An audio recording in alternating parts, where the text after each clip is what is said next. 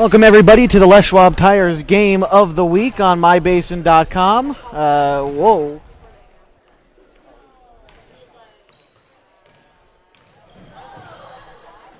Gotta fix that.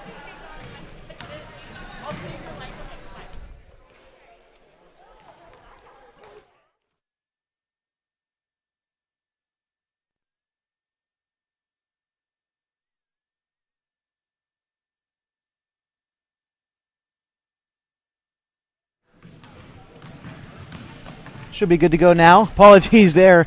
And it's Les Schwab Tires Game of the Week on MyBasin.com. This game is brought to you in part, of course, by Les Schwab Tires, Pacific Crest Federal Credit Union, by Coldwell Banker, Home and Premier Realty, Lithia Chrysler Jeep Dodge Ram of Klamath Falls, and by Harbor Isles Tennis and Fitness Club. I'm Josh Eldridge, joined by Dick North, and tonight we've got Klamath Union Lady Pelicans basketball on tap, taking on the Phoenix Pirates. Lady Pelicans enter play 2-0. The Pirates are 2-1. And Dick, last game for Klamath Union. Just what a finish that was. Can't really go too far into this game without talking about last game. No, last game was really impressive. Pena had the game of a lifetime. She scored 24 points. Sank a 35-foot three-pointer to win the game with about half a second left on the clock. The gals played really well last night, and hoping to see more of the same tonight. Absolutely, and as we look ahead at this Phoenix game, only a couple returning players for the Phoenix Pirates. You got Delaney Parent, Josie Ballstead. I believe Lumbreras is returning. She's a senior. Very different team, I think, both between Klamath Union and Phoenix. A lot of juniors on this Klamath Union roster, a couple sophomores and some freshmen make it up. So, regardless of what we saw last year between these two teams, I think it's going to be a very different showing. And Klamath Union, we saw them last year. They definitely look more confident this year, I think, than anything. Oh, a ton more. One of the things that sets this year's team apart from last year's, I think, is the number of turnovers. We talk about that every game. But the KU girls, are doing a much better job of taking care of the ball. They're being pretty picky about their passes. They had a really good offensive setup last night, and that were able to knock down some shots from the outside, work it inside, and I hope they're able to do the same thing tonight. Watching the Phoenix gals, there's some kids' names that I recognize from last time we came over here and played, and so I think KU is going to have their work cut out for them tonight, but if they play well, we'll walk out of here with another W. Absolutely. What a way to go 3-0 on the young season. We're going to take a step aside, and when we come back, we're going to look at the Skyline Conference standings as we have them. We are the only Skyline Conference game going on tonight, but we'll take a look ahead at the rest of the week as well for the entire conference. So stay tuned for that on Les Schwab Tires Game of the Week on MyBasin.com. Sure glad we went to Les Schwab. I'm glad the baby's still happy. Well, I'm just glad that along with tires, Les Schwab also does brakes, alignment, and a bunch of other safety services. I mean, if we'd gone to a cheap tire store instead, I'd be a doggone wreck. My thoughts exactly. Thanks, kiddo. Give everyone peace of mind on the road. Swing by or book online. Les Schwab Tires, doing the right thing since 1952. If you're trying to lose some weight and get in shape, Harbor Isles Tennis and Fitness Club is the best place to do it. Harbor has state-of-the-art equipment, plus certified personal trainers to help you achieve your goals safely and quickly. They also have indoor tennis and pickleball courts, and tons of group exercise classes to help you have fun while you get in shape. When you're done with your workout, stop by their smoothie bar to get a nutritious boost. See and feel the difference at Harbor Isles Tennis and Fitness Club. It's the place to be. It's tax time, and Lithia Chrysler Jeep Dodge Ram of Klamath Falls will help you make the most of your refund. Double down! Bring us your tax refund, and we'll double it to use towards your down payment on your new vehicle purchase. And right now, choose from more new trucks and SUVs than ever, and available 0% APR financing for up to 72 months. If you live here, you get it! Double your down payment during Ram Truck Month, only at Lithia Chrysler Jeep Dodge Ram of Klamath Falls. The innocence of youth. Is there anything any better? But soon they'll be in high school and facing all the same challenges you faced. How to make friends, how to fit in, how to be cool. We want our children to have everything they'll need to live fulfilling and productive lives. Make sure the kids in your family are among the more than 120,000 participants here in Oregon who take part in high school sports or activities. Welcome back to the Les Schwab Tires Game of the Week, live on mybasin.com. Lady Pelicans basketball is coming your way here in just a minute.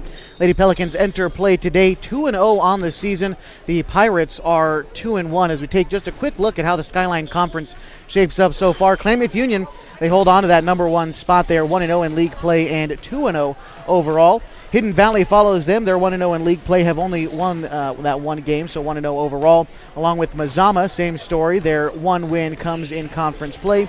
Phoenix, North Valley, and Henley are all in the bottom half of the conference. Phoenix, as a matter of fact, lost their first league game last night, but are 2-1 on the season. That one loss for Phoenix came against Mazama when the Lady Vikings beat the Pirates 50-48. Again, not too many other Skyline games going on tonight. However, if we take a quick look ahead to Friday, when a few of these teams will match up once again. For the Klamath Union Pelicans on Friday, they will be playing Hidden Valley, and Mazama is going to be matching up with Henley, the crosstown rivalry game there. Those are your two next couple of Skyline Conference games. There's some great basketball ahead, but of course, focusing on Phoenix tonight. Last night came away with a win. It was a little bit shaky there for a while, and Dick, as we talk about last game, just real quick, one more time, we'll go back to it. It seemed like Klamath Union had control through the second and third quarters, much like they did for St. Mary's. It was a close first and fourth quarters. Do you think that has anything to do with just getting off to a slow start, and maybe Klamath Union just has to work on finishing their games? Obviously a big finish last night, but, North Valley worked back at them in that fourth quarter and were able to, bank in a shot to win the game, but it looked questionable there for a minute. I don't know what the answer to that is, Josh, to be truthful. Yeah, I mean, to me it just looks like they just got to finish the games a little bit more. The turnovers in the first quarter, I don't think they're turning the ball over as much in the fourth quarter, but just seem to let teams back into the game a little bit in the fourth. Yeah, they did. I think, they had a fairly substantial lead. I think they're up by 9 at one point. Yeah. And they just kind of, instead of, and I've seen teams do this over and over and over, instead of playing with the same intensity all the way to the finish, they kind of think they've got it in the bag, and they just kind of back off, and they quit doing the fundamentals. They quit working the ball inside. And they quit crashing the boards, and so that gave last night, gave North Valley a chance to get back in the game, and KU didn't stick the dagger in like they could have, and if they'd knocked down just 2 or 3 more shots, I think that probably would have gone the other way. In North Valley's defense, they played with some real intensity down the stretch, and got really excited, had momentum. Fortunately, Pena ended the momentum with that 3-pointer. Right.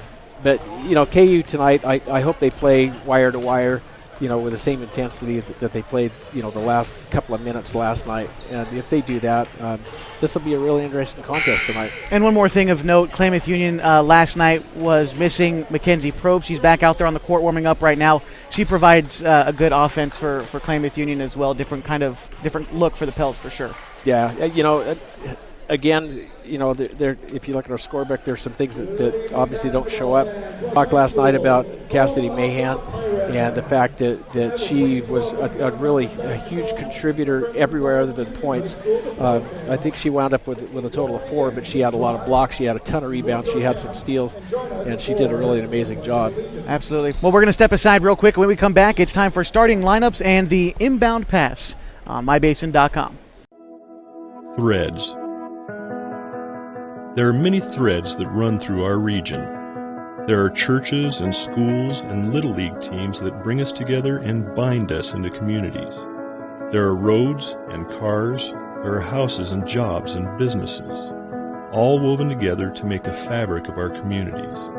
There are financial threads that are part of that tapestry as well. For over 80 years, it's been our pleasure to be headquartered here, providing financial services to generations of our friends and neighbors. From that first savings account to retirement planning and all of the cars and houses and groceries in between, we keep your money local, investing it back into our communities, adding more threads to the fabric to make our communities stronger. Pacific Crest Federal Credit Union. Find your path. What rhymes with great? Participate. Where does greatness start? Here, in the classroom. On the stage. In the pool. On the field. Where will your greatness take you? To better grades. To more friends. Yeah! Be great. Participate!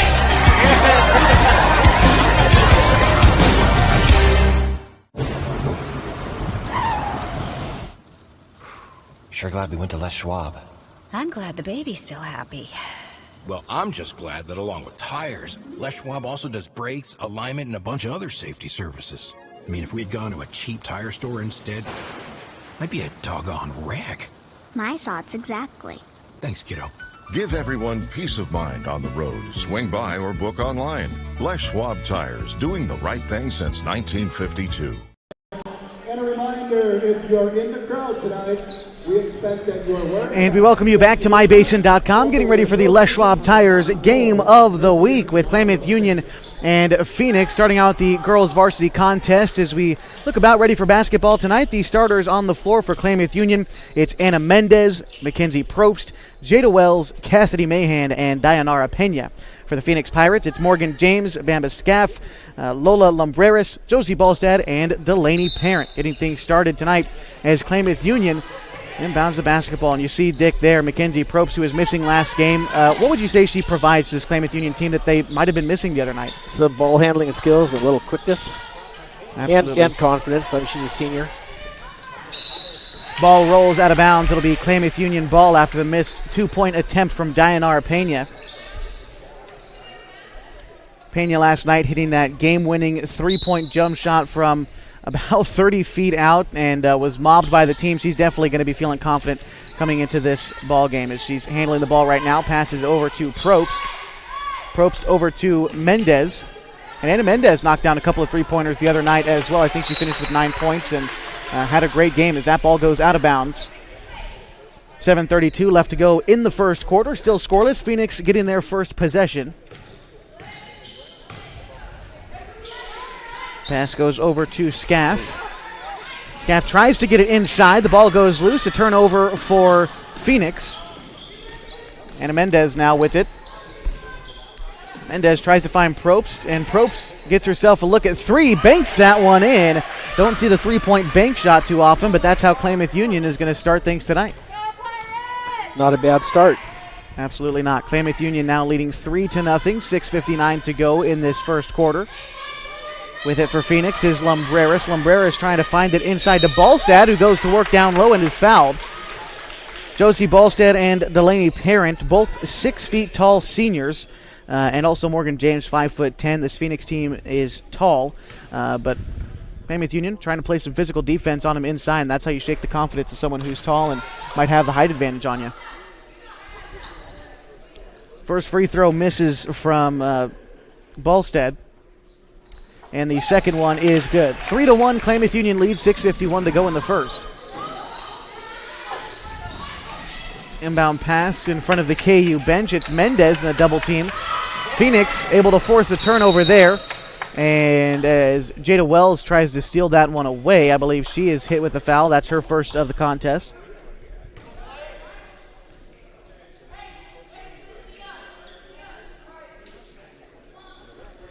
And Phoenix, definitely known for their defense. They can score the basketball just like any other team, but definitely trying to stifle Klamath Union. And technical foul on the coach.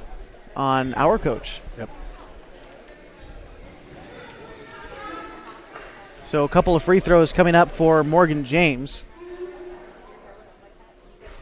And I believe last year we played Phoenix too. Coach Ramirez picked up a technical, but I'm not quite sure about that. I know she did at least one time last season, but I think she got kicked out. well, that does involve a technical foul. And both free throws are good. We've got a tie game, and Phoenix is going to take over the basketball.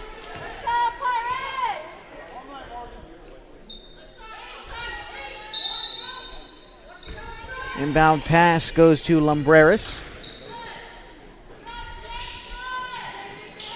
Olstad tried to hand it off to James, but is wrapped up by Probst. And possession is going to go to Phoenix.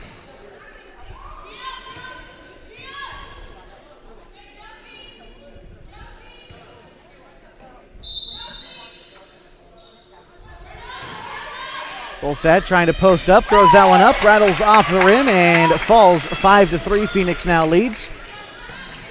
Pena inbounds it to Mendez, and that defense from Phoenix that I was just alluding to is really showing their presence right now as it's Pena in the front court. Tries to get it inside. Back to Pena. The ball's knocked away. A turnover for KU. Bounce pass ends up in the hands of Scaff. That's over to Delaney Parent. Over to Scaff. And back to James. A lot of perimeter passing. Phoenix likes to slow things down and play sort of a gritty form of basketball. Kicks it outside to Parent, who takes a three off the front of the rim. That one's no good. Scuffle for the rebound, and another held ball. 5:43 to go in the first. Phoenix leads 5-3. Girls JV game just finished up a little while ago, and Klamath Union taking the win in that one. I believe the final score was 30-21. After the missed shot on the other side, foul is going to be charged to Wells. Should be her second. It is. And looks like we're going to have a substitution for Klamath Union as Wells takes a seat on the bench, and Keely Hall, the freshman, checks in. That's been something that Wells, has probably been told she has to work on, getting into foul trouble early. She finished with 4 fouls in the last game and picked up 3 of them in the first half. She plays pretty aggressively on defense. Pass went over to Lumbreras. She passes up the three-point shot, gets it over to Parent, now back to Lumbreras. Three-point shot taken by Scaff. She banks that one, rolls out. Unfriendly rim there. Pena with it. She's going to cross to her left. Goes up with it, off the back of the rim, no good. And Phoenix now working the other way. Ball stolen away by Mendez.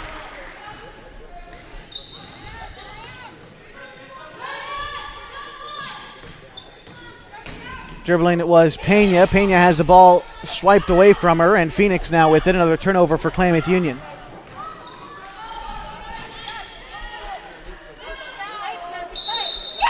Shot goes up. Bolstad gets the bucket and the foul. So she'll get one free throw here. 7-3, the Pirates lead.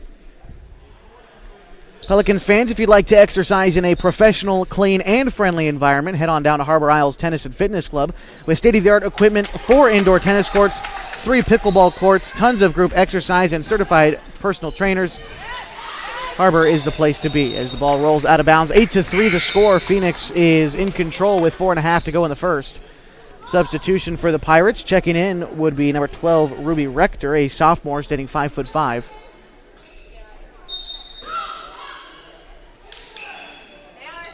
Mendez trying to find the inbound to Pena. Pena's wrapped up and is going to be fouled, pushed from behind.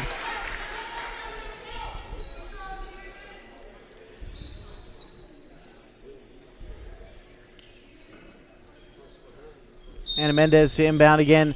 Knocked down a couple three-pointers before, has yet to get her first opportunity here early in the second. Probst turns the ball over, gets it to Bolstad, and I believe that was Probst who ended up taking the charge there. That was a good defensive recovery after she turned the ball over. Foul is charged to Bolstad, the senior for Phoenix.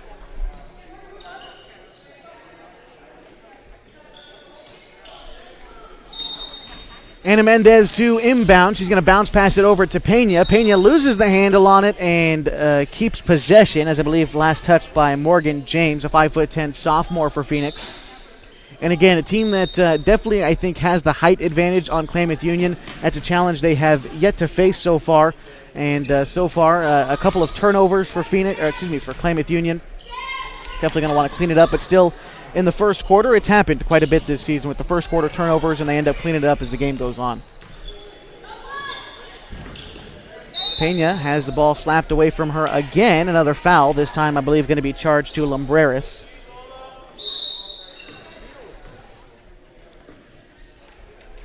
And we're going to have a media timeout. 8-3 the score, 3:57 to go in the first. You've got the Les Schwab Tires Game of the Week on mybasin.com.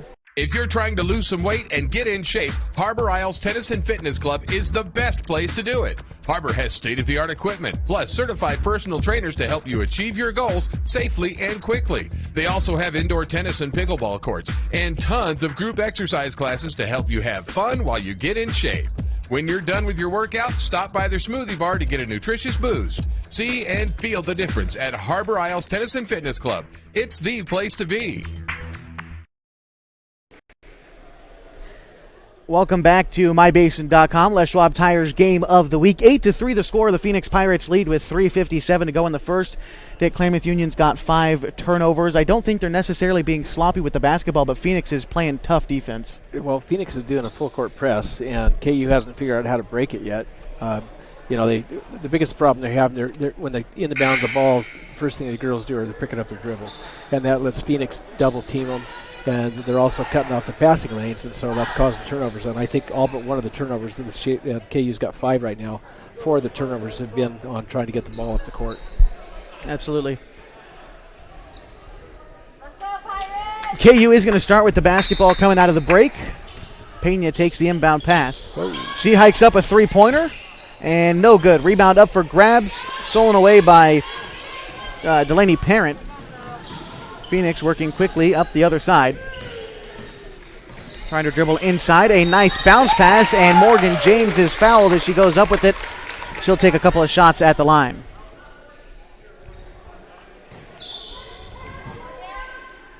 Little things can add up to big bills when you're buying, selling, or owning a home. And Coldwell Banker Home and Premier Realty's exclusive Beyond the Sale guarantees protect buyers, sellers, and homeowners from unexpected repair bills. To learn more, call Coldwell Banker Home and Premier Realty today. First free throw was made by James, and the second one is no good, so the score 9-3. KU gets the rebound as Cassidy Mahan has checked into the game.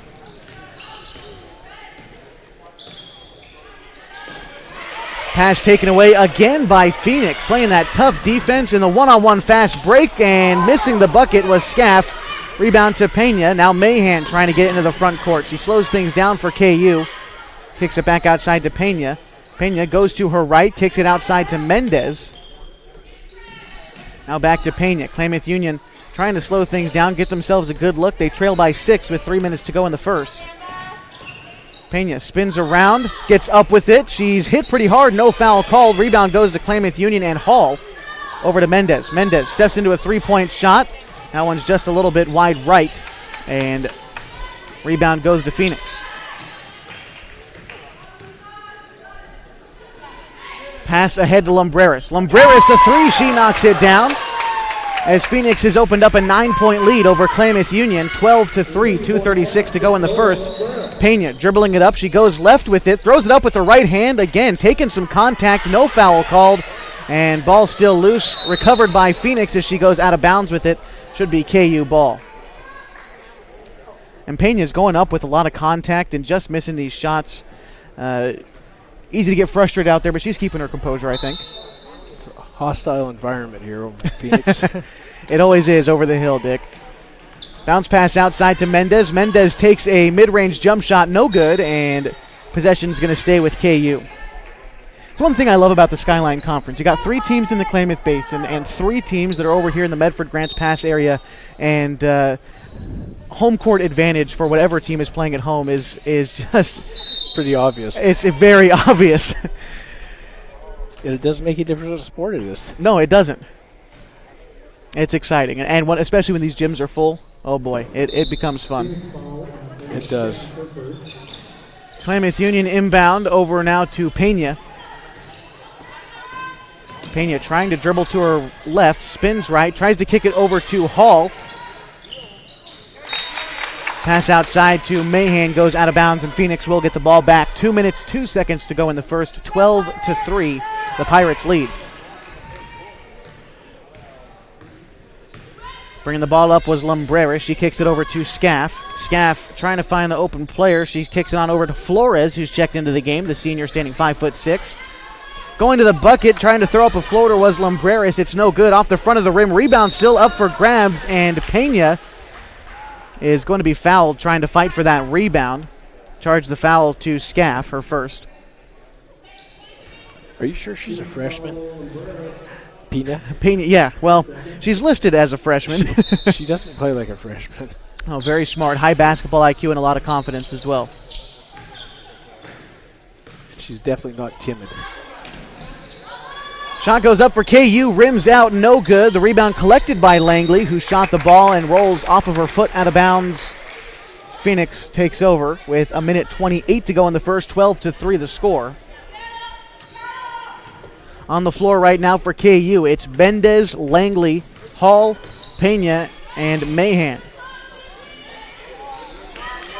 Mendez playing good defense there, disrupts the shot, and KU now taking it. Bounce pass goes inside to Hall. She's facing a double team, tries to get it over to Langley. Langley throws it up off the glass, and that's good. 12-5. Klamath Union trying to claw back into this one with under a minute to go now in the first. Lady Pirates take it up the floor to Lumbreras. Lumbreras tries to pass it inside to Flores. Flores throws up a shot that's no good.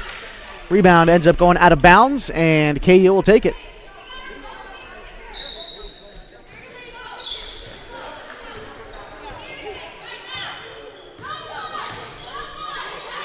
Pass goes over to Langley. Langley loses a handle on it. Ball still loose, will go out of bounds. Possession remains with KU.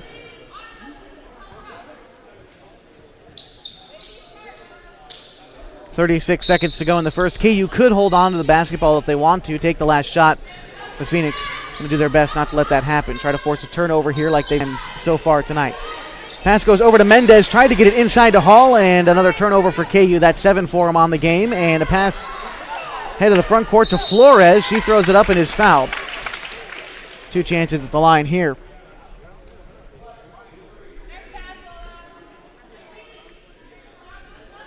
So Flores steps to the line. Having the right set of tires and wheels on your vehicle is just part of an essential safety checklist, and that's why Les Schwab does more than install just tires and wheels. You can come on in for a free pre-trip safety check, and they're going to help make sure that everything is in working order at Les Schwab Tires. They're in Klamath Falls and in Merrill, doing the right thing since 1952. Second free throw, no good. That is 0 for 2 at the line. Mahan now taking it up. Tries to get it over to Pena. Mahan now goes right up at the free throw line with a jump shot. No good. 6 seconds now for Phoenix to get off a shot. 4, 3, 2, 1. Shot is up and no good.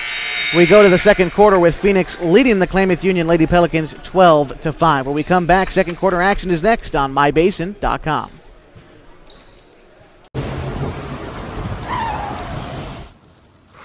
Sure glad we went to Les Schwab. I'm glad the baby's still happy. Well, I'm just glad that along with tires, Les Schwab also does brakes, alignment, and a bunch of other safety services. I mean, if we'd gone to a cheap tire store instead, I'd be a doggone wreck. My thoughts exactly. Thanks, kiddo. Give everyone peace of mind on the road. Swing by or book online. Les Schwab Tires, doing the right thing since 1952.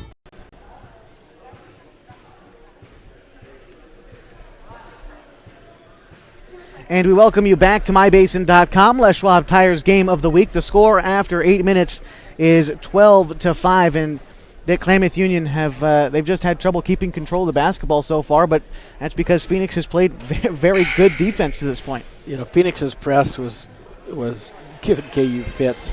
I think, you know, the coach, you know, probably we'll talk to him about breaking the press. When that happens, they figure out how to get it up court. I think the game's going to change around a little bit. You know, one of the things girls are coming off a really hard-fought game last night. It's easy to kind of let down your drive after that happens. And I think, you know, as the game progresses, I think they're going to get into this. Absolutely. They're only down by 7. Definitely the game not over by any stretch of the word. On the floor for Klamath Union to start the second quarter, it's Langley, Mendez, Pena, Hall, and Mahan. As we get things going in the second. Taking it up is Scaff. Scaff takes a screen, gets it inside to Flores, who goes up with it, and Mahan is going to be slapped with the foul.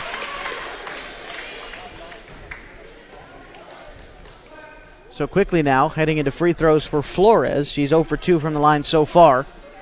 a senior standing 5'6". Shot up from Flores. That one bounces around the rim, and it's no good. 17 fouls already for Klamath Union, 5 for Phoenix. And second shot, no good. KU will take it after the air ball on the free throw. Taking it from the baseline, Pena with it. Pena dribbling up. She's guarded closely by Flores. Kicks it back out to Mendez, who takes a three-point jump shot. No good. Rebound Flores for Phoenix. Pass to the front court. Stolen away by Cassidy Mahan. And Mahan now a chance to try to get KU back in control of this game. Pena kicks it out to Mendez. Tries to get it inside to Hall. Back outside to Mendez. Tries to get it inside to Pena. Ball slapped away. Pass to the front court for Flores. Mahan playing some good defense. Forces the miss, and Langley with the rebound. And I believe it'll be KU ball after the turnover.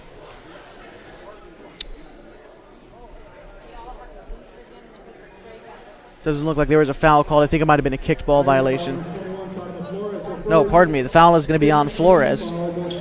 16 foul for Phoenix as Pena takes it up. Pass over to Langley. Gets it over to Mahan. Mahan back to Pena. Just takes one step towards the bucket. Throws up a mid-range jump shot. No good. Rebound is going to be grabbed by Mendez. Mendez kicks it over to Mahan, who drives the baseline. Kicks it back out, but no one's there to receive the pass. Another turnover for Klamath Union. It's number 9. Yeah, that's a tough number. Something you definitely want to trim down. Scaff bringing it up, kicks it over to James. Back over to Scaff. James trying to find the open player. Tries to kick it over to Flores, but it's stolen away by Langley. The ball's going to go out of bounds. Last touched by Phoenix. Last touched by KU. So it'll be Phoenix ball. Substitution coming in for the Pirates, as it looks like Parent is checked back in. Pass goes outside to Scaff. Inside to Parent. Parent trying to post up Mahan. Gets the ball stolen away from her by Neese, who's just checked into the game. And another held ball. This time possession goes to KU. Heads up play by Neese. That was good. Neese also a freshman. Although she's not scoring as much, she's definitely been a great defender this season. She has. She's all over the court. She's quick. She's got her hand in everything, and that's what you want to see. Especially coming off the bench in the minutes that she's getting. She's making an impact for sure. 6:19 to go in the second. 12-5. Phoenix leads. Pass over to Delaney, who's checked into the game. Delaney, a senior. She takes a three-point shot. That one will bounce off the back of the rim and over the backboard, out of bounds. Phoenix will take it.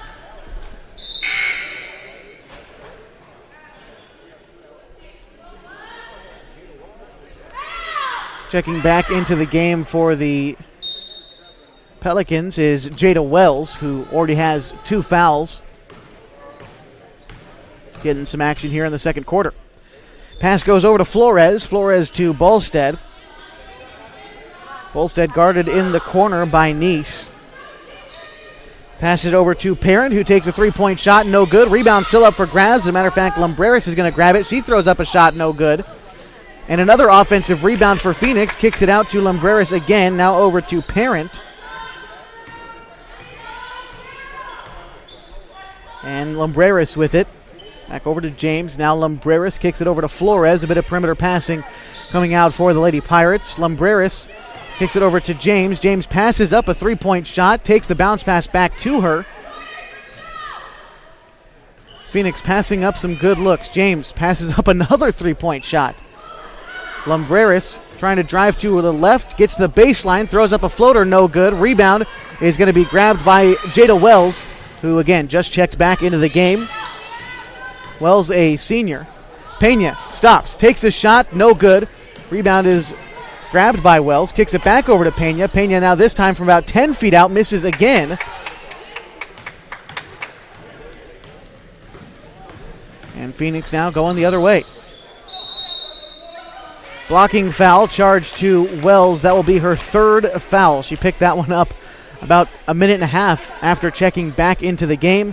And that will force Keely Hall, the freshman, to check back in.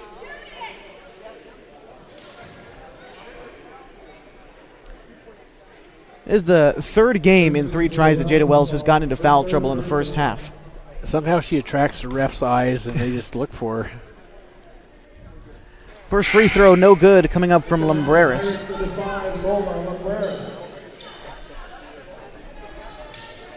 Hall does check in. She's a freshman, one of 3 on the roster for KU. The other 2 also on the floor right now, Dayanara Pena and Dakota Neese. Free throw, no good. The rebound is, as a matter of fact, is going to go out of bounds. And it'll be KU ball, 4:38 to go in the second quarter. 12-5. As it's gone about 3.5 minutes in this game without either team scoring. Mahan checks in, as does Emma Langley, checking in for Caitlin Delaney.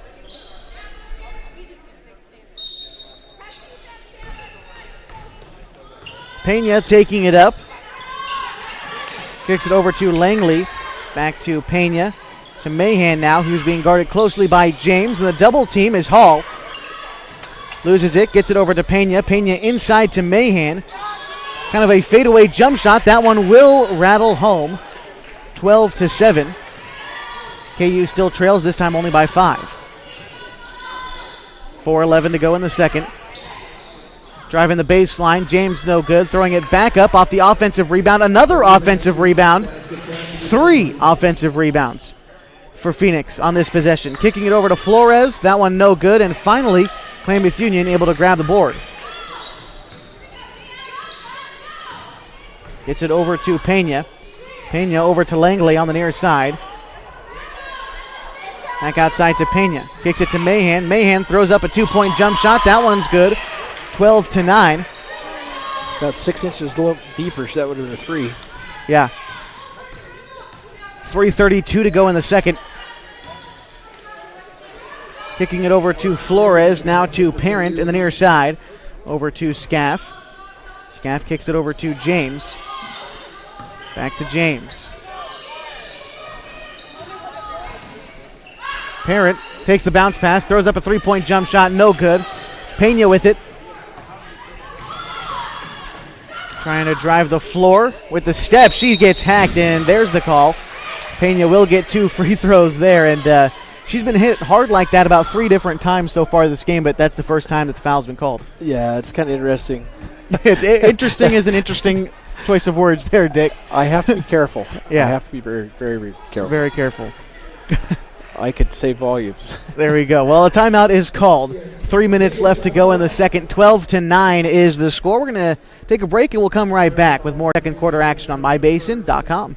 It's tax time! And Lithia Chrysler Jeep Dodge Ram of Klamath Falls will help you make the most of your refund. Double down! Bring us your tax refund and we'll double it to use towards your down payment on your new vehicle purchase. And right now, choose from more new trucks and SUVs than ever and available 0% APR financing for up to 72 months. If you live here, you get it! Double your down payment during Ram Truck Month only at Lithia Chrysler Jeep Dodge Ram of Klamath Falls.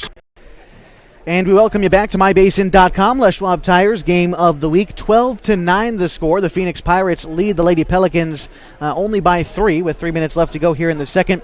And KU defense has come out in a big way in the second quarter. Has stopped Phoenix from scoring entirely. Yeah, and some gals have stepped up. Cassidy Mahan's knocked down a couple of jump shots, 4 points. She's actually the only person that scored in the second half. But I think she's decided she needs to contribute offensively, so hopefully she'll keep doing that. It's kind of interesting, coming over here. I can share a quick story with you. When one of my kids was playing at Hanley, we came over and watched the JV game first, and I was sitting next to a dad of a kid that was on varsity. And he was pretty vocal during the JV game. At the start of the varsity game, they kicked him out before they even started. It was done. Well, it is always interesting coming over the hill, whether you're coming to Phoenix, North Valley, or Hidden Valley. It's a much different feel than in the Klamath Basin. I would say the Klamath Basin were a little bit more rowdy, but, still loving basketball just as much over the hill. Pena with the second free throw is no good. Pena still remains scoreless tonight. 3 minutes to go in the second, and Phoenix leads 12-9. Ooh. Flores going to takes off like a running back. Absolutely. Well, she went north to south, so I'm not sure which direction she was going, but she's on a dead run. Yeah. 12-9, 2:52 to go in the second. You may have to explain why we do that.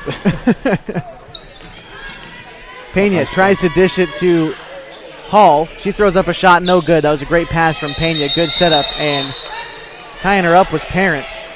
Tell you what, these freshman girls on KU's team are... Hey, I'll tell you what, holding her own with a 6-foot senior from Phoenix and not rattled. No. Not at all.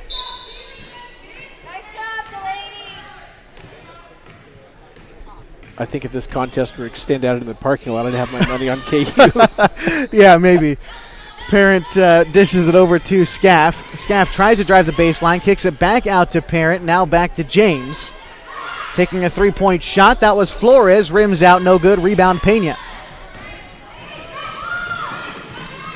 Taking it up the floor. Pass into Nice, and she's able to throw up a layup. Within one. Klamath Union trailing 12-11 with 2:06 to go in the second. KU basket 35 to Nice. And the shot waved off. Foul on the floor with under 2 minutes to go now in the second quarter. Phoenix has still yet to score a bucket in 6 minutes. So good defensive play coming out from KU. They've also limited some of the fouls. 9 team fouls for the Lady Pelicans and 7 for the Pirates. Getting a shot at the line is Scaff. Scaff gets the 1-and-1. She misses the first one. Tries to put it back up with the rebound. That was Bolstad. First 2 points of the quarter for Phoenix. They're up again by 3, 14-11. Pena tries to drive to her right. She gets hit again. Knocked down. Yeah, knocked down. No foul called. And you know what? At some point, you got to foul them. We're going to decide what's a foul. That is a foul. You'll take it. But we have to decide how much contact is a foul. And Nice coming down hard on Scaff there. I guess if you're going to make a foul, you make it count. Yeah, that's all you can say about that one. Yeah, exactly. Scaff at the line again. She missed her one attempt a minute ago. She misses this free throw. Scaff standing 5'4" and a senior. Checking into the game for the Lady Pelicans is Caitlin Delaney. And I believe that was checking in for Mahan. Another shot thrown up on the offensive rebound. The girls hitting the floor down there. And it's still Phoenix ball. Nice job, Josie. Checking out is Hall. Back into the game now is Anna Mendez. So the 5 on the floor for KU. It's Parent, Mendez, Mahan, Nice, and Pena. Delaney Parent, a couple points there, 16-11 now the score. Pass goes over to Mendez. Mendez takes a 3 off the back of the rim. No good. Rebound Phoenix. Lady Pirates now going the other way. Under a minute now. No, pardon me. A minute 15 to go in the second. Kicking it over to Lumbreras. Lumbreras gets the pass into Bolstad, and Bolstad is bumped. She gets the foul call. She'll get 2 chances at the line. Foul, I believe, is going to be charged to Mahan. That's her second. Bolstad, 6 foot tall, a senior. Again, there's 2 6-footers for the Phoenix Pirates. Both of them seniors. Josie Bolstad and Delaney Parent as she knocks down the first free throw. Second free throw is also good. 18-11. Phoenix leads. Back up by 7, which is where they started this quarter.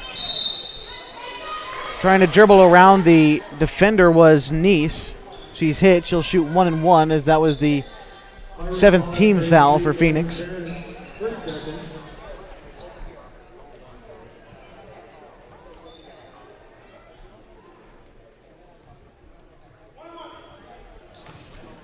Shooting 1 and 1 is Nice.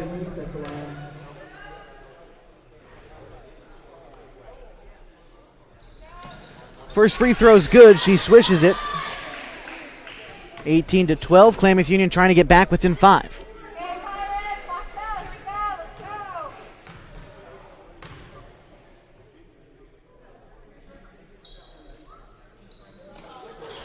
Second free throw no good, but the rebound grabbed by Pena. She dribbles beyond the three-point arc and decides to get it over to Parent. Parent in a double team tries to get it to Pena, but the ball stolen away by Scaff. Pass to the front court goes out of bounds, and last touch by Pena. She, I believe, tipped that ball, so Phoenix going to keep possession.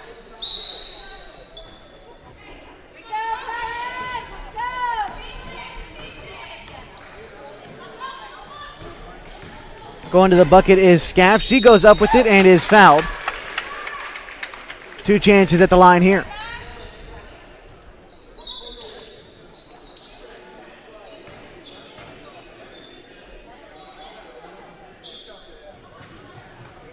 Number 10, Keely Hall commits a foul, her 3rd. First free throw is good, and Phoenix has come on scoring in this last about 3 minutes. They went the first 6 minutes in this quarter without scoring and have since scored 7.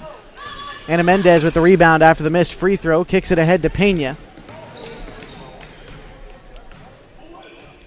Pena cross court to Parent.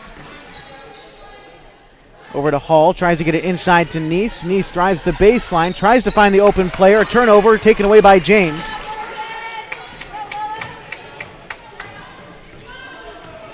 Bringing it up was Lumbreras. She kicks it over to James. Back to Lumbreras. Now going to the baseline is Scaff. She goes up with it and is fouled. And Pena is getting a little bit frustrated out there. Is thinking, you know, you barely hit the Phoenix player and you get beat down on the other side. There's no foul called. It's an understandable frustration. Oh, yeah, I'd be a little bit unhappy also. That's Pena's second foul. She showed her frustration.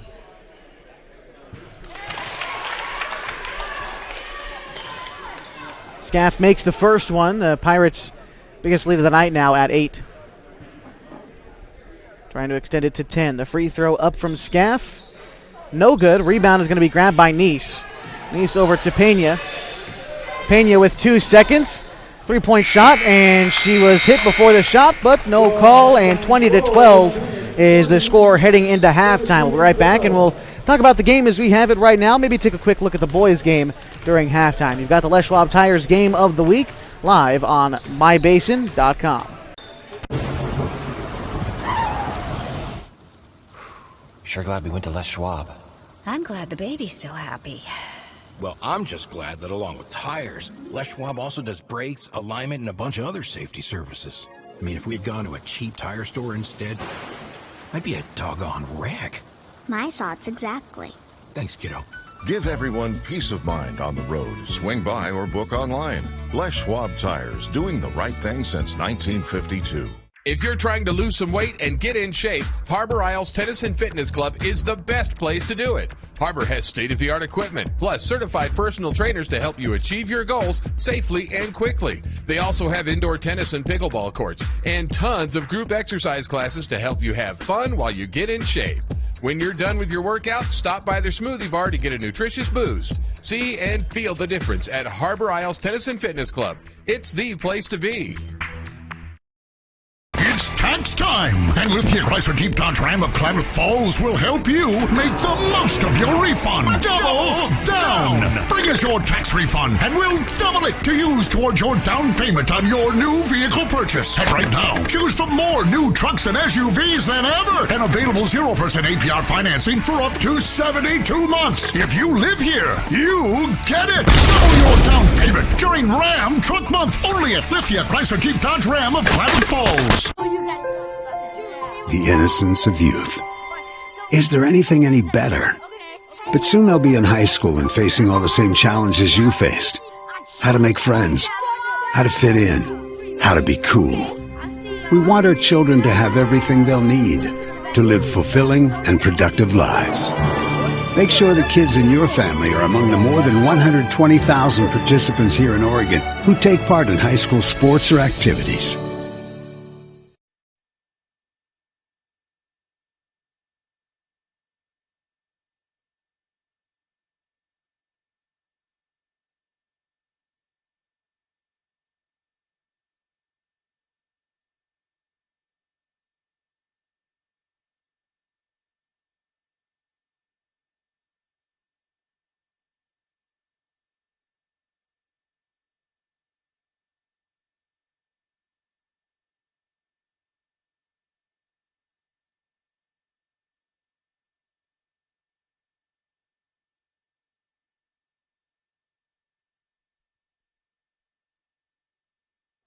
And we welcome you to halftime on the Les Schwab Tires Game of the Week. Live HD video right here for you on mybasin.com. The score after one half is 20-12. Phoenix is in control, and really, Dick, the story of this first half, I think, has been the turnovers for Klamath Union. They cleaned it up a little bit in the second quarter, but it's still been an issue for them. Yeah, right now they're sitting at 11 turnovers to Phoenix's 5. It's kind of difficult, for our gals to deal with stuff. I know there's a lot of frustration on the floor because there's some pretty iffy fouls. Pena's been hammered many times. She's been knocked down to the floor 3 or 4 times as she's gone into the paint. And, it doesn't seem like there's equity in the foul calling. I mean, we're not supposed to trash on the refs, so I won't trash on them. But it's difficult to play, when you feel it's unfair. One of the things that KU really needs to do in the second half is to take care of the ball. I'm venturing a quick little guess that Phoenix is going to come out with another full court press, and we'll just see what happens. As far as scoring goes, on Phoenix's side, James has 3, Scaff has 2, Lambrera has 3. Bolstad has been the main force for Phoenix. She's got 10, and Parent has 2. For KU, Probst has 3. I don't know that she'll be back in the game. She went down with an injury early in the first quarter and had a bunch of ice on her elbow, so I don't expect to see her the rest of the game. Mahan has 4, Neese has 3, and Langley has 2. Going down that list, I don't mean to interrupt you, but the one that stands out there is the name that you didn't mention, Pena. Which was Pena, yeah. She's had some pretty good looks. She looks a little bit tight. She's not relaxed like she was last night. She probably feels there's a lot of pressure on her because they're struggling. She probably feels she has to score. She's getting beat up in the paint, and it's tough for a kid, especially a freshman, who's getting hammered and not getting the calls. I know there's a frustration there, and when you're frustrated, you have a tendency to kind of rush your shots, and hopefully, she can calm down in the second half and come back and put some points up on the board on the scoreboard, and she obviously can. I mean, she came away with 24 points last night, right. So we'll look for big things for her. Yeah, when you're down by 8 and arguably your best player comes into the second half scoreless, you can at least count on some production coming from her, and also hoping that maybe she gets a little bit of help from the officials. Not that she needs it, but she is getting hacked a lot and only has 2 free throws. Well, this is Phoenix, and I recognize some of the boys in the zebra shirts from previous years. And to be truthful, Josh, I don't think she's going to get much help there. Well, we're going to keep our fingers crossed because Phoenix is definitely getting quite a bit of help. The free throw disparity is, although we don't keep track of it necessarily, it definitely is there. And Phoenix leading the Klamath Union Pelicans 20-12 after one half. Third quarter of action is next. And, of course, after that, the boys varsity contest is set to begin. We're going to take a quick break and talk about that boys varsity game coming up next on the Les Schwab Tires Game of the Week on mybasin.com. Threads. There are many threads that run through our region. There are churches and schools and Little League teams that bring us together and bind us into communities. There are roads and cars. There are houses and jobs and businesses, all woven together to make the fabric of our communities. There are financial threads that are part of that tapestry as well. For over 80 years, it's been our pleasure to be headquartered here, providing financial services to generations of our friends and neighbors.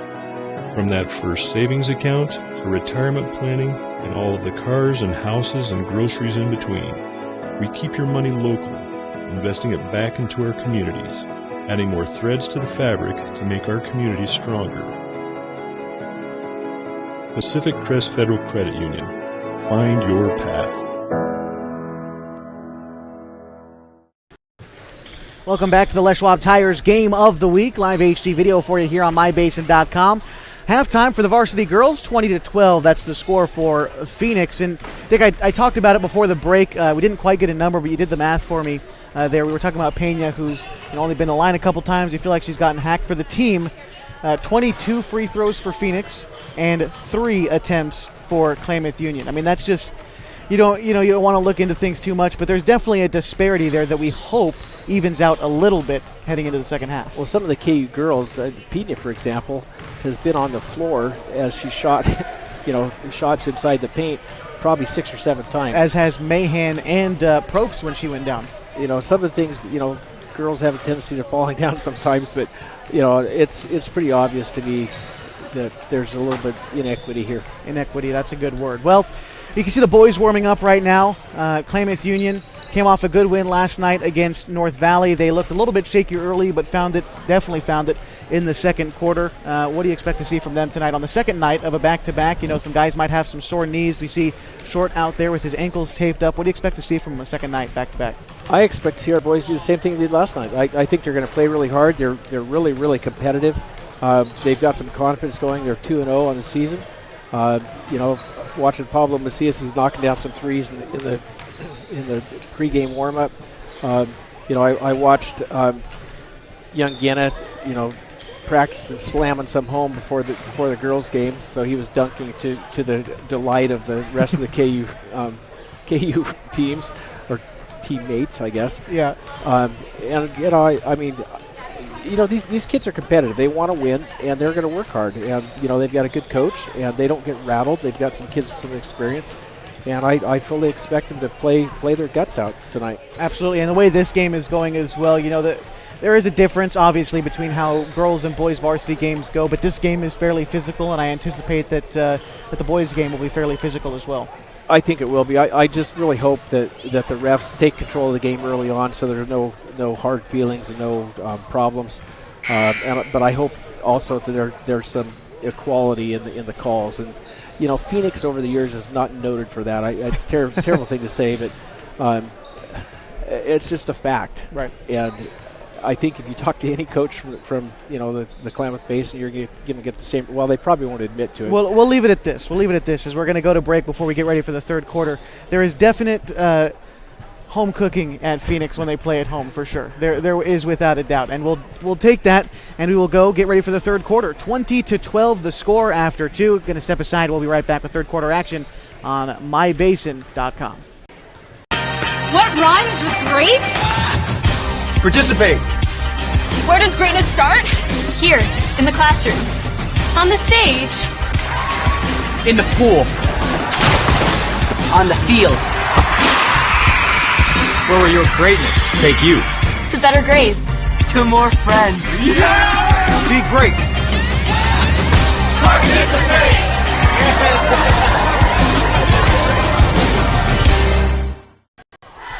Well, we're back for third quarter action on mybasin.com. Les Schwab Tires Game of the Week. And as we get ready for the second half, the Pirates lead the Pelicans 20-12.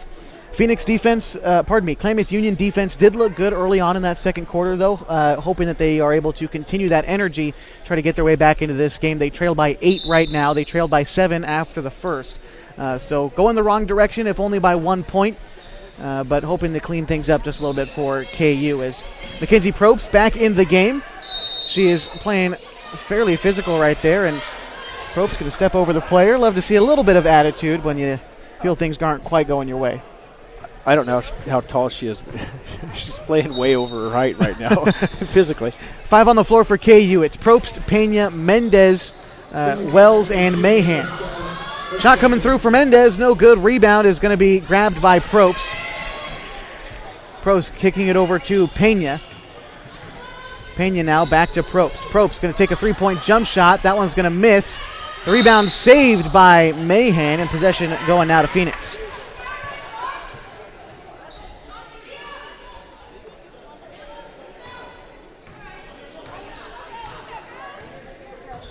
Mendez picking up, I believe that was Lumbreras, about half court.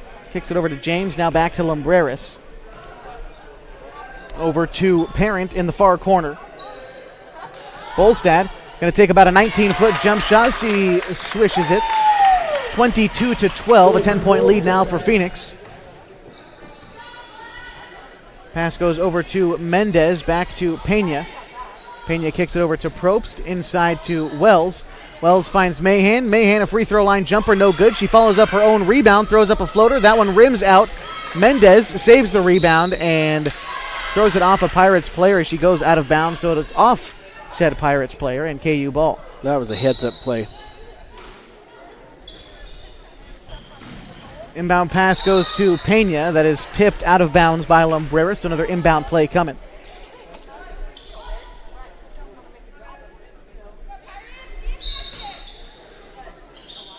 Inbound pass coming over to Probst. Gets it to Pena now. Back to Probst. Probst beyond the arc. Kicks it over to Mahan. And trying to get that good look is KU. Mendez with a pass that goes a little bit wayward. Trying to save it before it rolls out of bounds was Lumbreras, but she's just going to let that one go. 6:28 to go in the third. 22-12.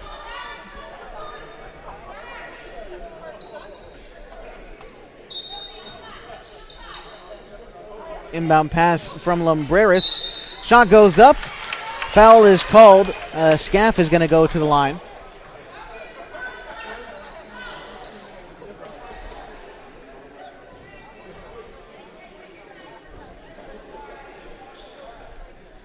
And with Scaff at the line, a chance to extend this lead to 12. That would be their biggest of the night. First free throw is good. Number 2, Bama.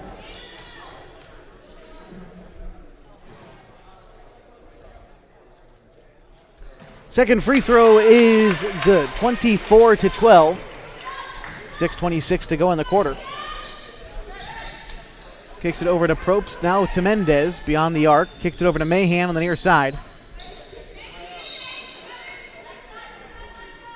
Getting it over to Pena. Pena fakes a three. She goes to her right, throws up a mid-range jump shot, and knocks it down.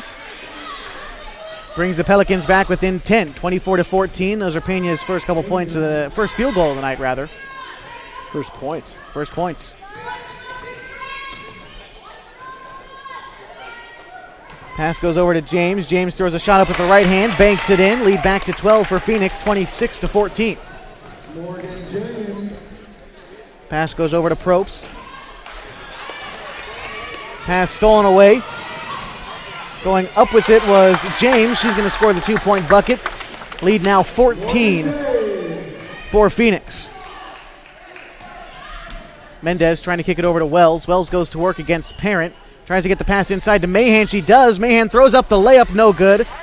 Last touched, I believe, by Pena. So as that ball rolls out of bounds, it'll be Phoenix basketball. Substitutions coming in for KU as it's going to be Neese and Langley. Checking in for Pena and Wells.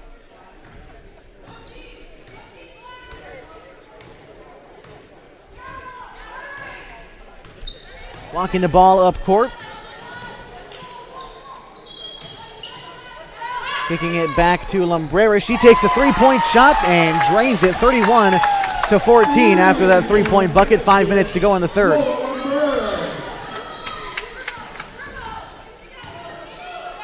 Back over to Mendez. Mendez is going to find Langley. Kicks it over to Mahan, who throws up a shot. And I believe that's going to go down as a 2-point shot. 31-16, 4:40 to go in the third.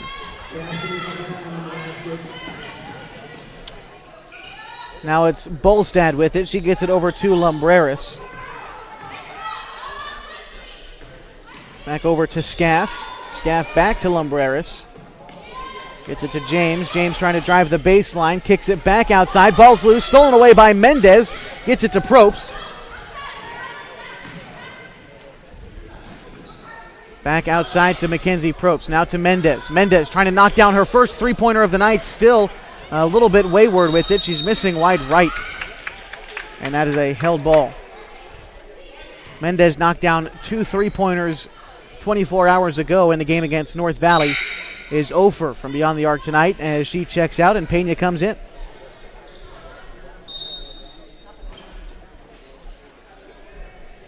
Inbound pass ends up in the hands of Scaff. Back to James now as she will take it up for Phoenix. Bounce pass goes over to James.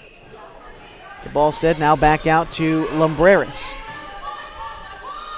Lumbreras kicks it over to James. James, three-point shot off the front of the rim, no good. Rebound is going to end up going out of bounds.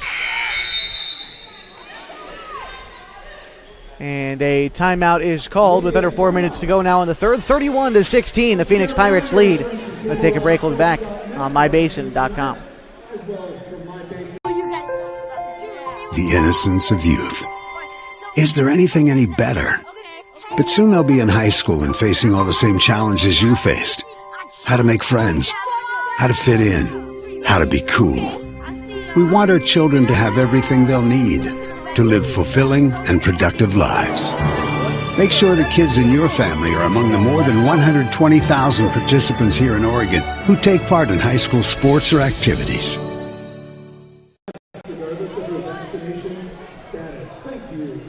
Welcome back to mybasin.com, Les Schwab Tires Game of the Week. We're in the third quarter with 3:44 left to go. And 31-16 the score. The Phoenix Pirates leading here at home. Lady Pelicans' first road game of the season. As 14 points, the differential between the two teams. The highest was 16. Klamath Union trying to inch their way back into this one. You know, and they still can. There's no question about that. I mean, they've got some kids that can score. Pena can score. Probst can score. Mahan can score.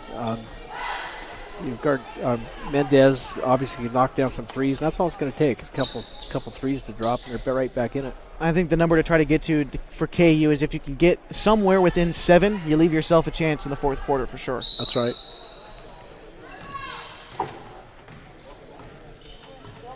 And Probst taking it up. Probst kicks it back outside to Mahan. Mahan found Langley with it. Passes it back to Mahan, and a foul called against Phoenix. We could use some more of those. Yeah, we could. Pirate foul number 2, Bama Scaff for third. Second team foul now. Pass goes over to Probst. That's the inbound pass. By the way, that was the third foul on Scaff. Second team foul this half for Phoenix. Pass goes over to Pena. Pena trying to find Mahan on the near side. Gets it back into Pena. Pena from the elbow. Throws up the jump shot. No good. Rebound KU. Thrown back up by Nice. And no good as that shot goes out of bounds.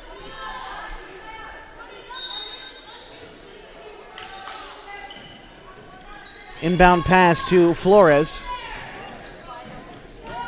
As the Pirates take it up now. Shot goes up, no good. Rebound KU. Pena loses the dribble for just a second, gets it back, kicks it on over to Probst. Probst is going to take a three-point shot and rims out, no good. Rebound Phoenix. Good defense being played by KU.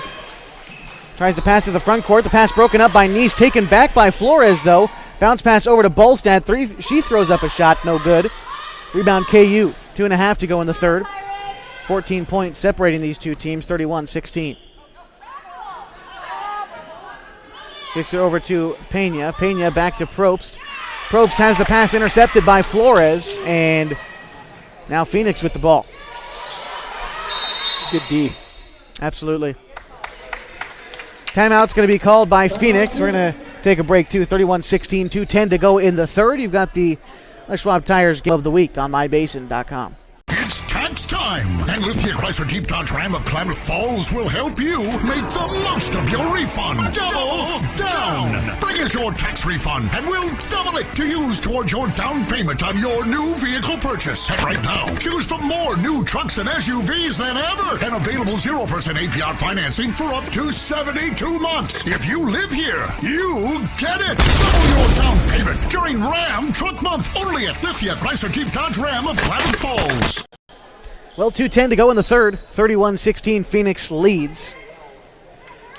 They lead by 14. That is 2 away from their biggest lead of the night. Klamath Union, though, they're playing inspired defense right now. They're working hard. They started to put a press on, which, that kind of ended. But Phoenix going to inbound. Gets it to James, back to Lumbreras. Lumbreras tries to kick it inside to Bolstad. Bolstad goes to work, loses the handle on it, back to Parent, stolen away by Mahan. Pena kicks it over to Probst. Getting heavy minutes here in the third. She's played all 7 so far. Pass now over to Pena. Pena dribbles over, takes a 3-point shot, misses it off the front of the rim. It's no good. Rebound Phoenix. Pass stolen away by Probst. Probst has the bucket to herself, just misses the layup. Rebound Mahan. Mahan going to kick it back out to Langley, who finds Pena. Pena takes 1 step inside the 3-point arc. That one rims out, no good. Rebound Phoenix. Ball goes out of bounds, and I believe a foul is going to be called against Probst. And again, Pelicans fans, here in just a minute, we're going to be joined by those listening on 1150 and 92.9 KAGO for the boys varsity contest, which will immediately follow this one. But right now, there's a timeout on the floor. You've got the Les Schwab Tires Game of the Week on mybasin.com.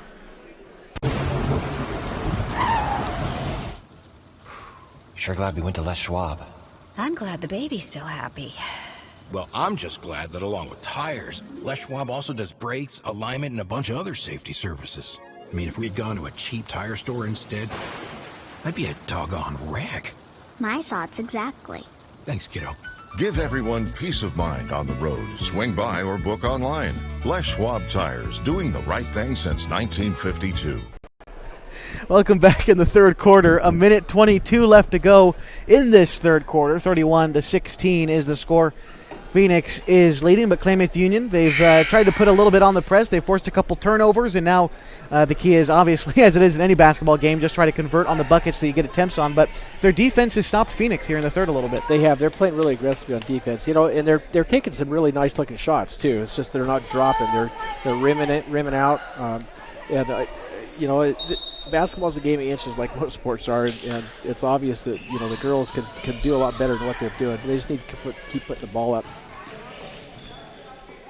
Phoenix starts possession in the third, kicks it over, and now with it is Parent. James inside to Flores, and Pena is going to bump Flores.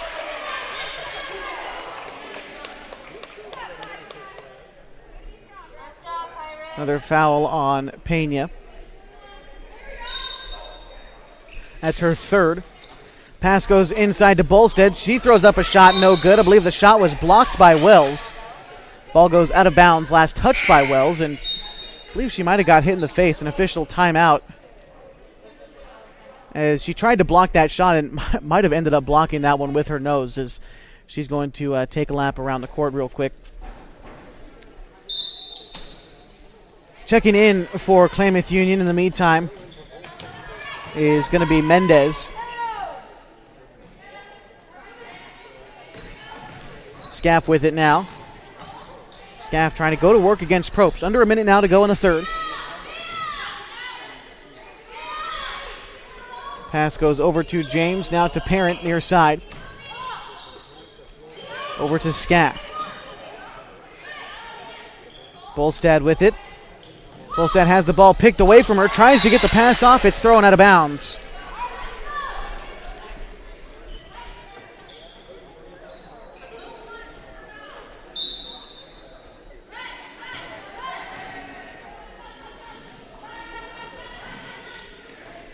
Pass going over to Mendez.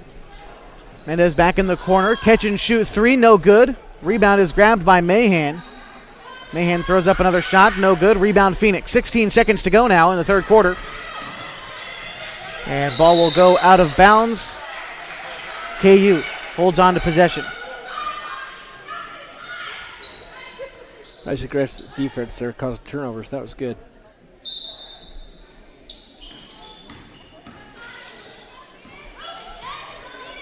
Probst kicking it over to Pena. 5 seconds now. Pena has the ball picked from her pocket, and they will keep possession.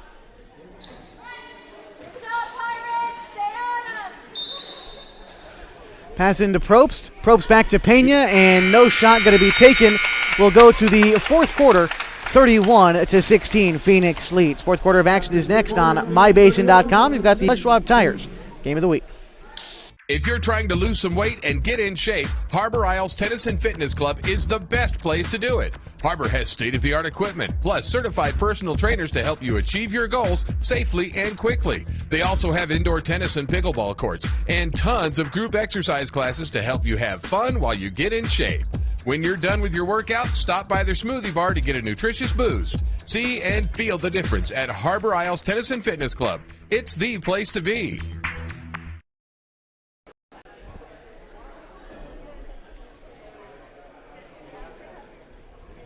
Welcome back. We're getting ready for the fourth quarter of action. Live on mybasin.com. 31-16 the score. As Phoenix is leading, Klamath Union has got a tall task in front of them. Still 14 points differentiating these two teams. But in the second and third quarters, not a whole lot of scoring for either side. It's been defense for both teams. It has. KU, again, they're getting the shots. They're just not dropping. They've got hammered, well, I should say, they're getting fouled a little bit on every single shot they're put up. They just need to keep doing that. Just keep taking the shots. Sooner or later, they're going to drop. Right, absolutely.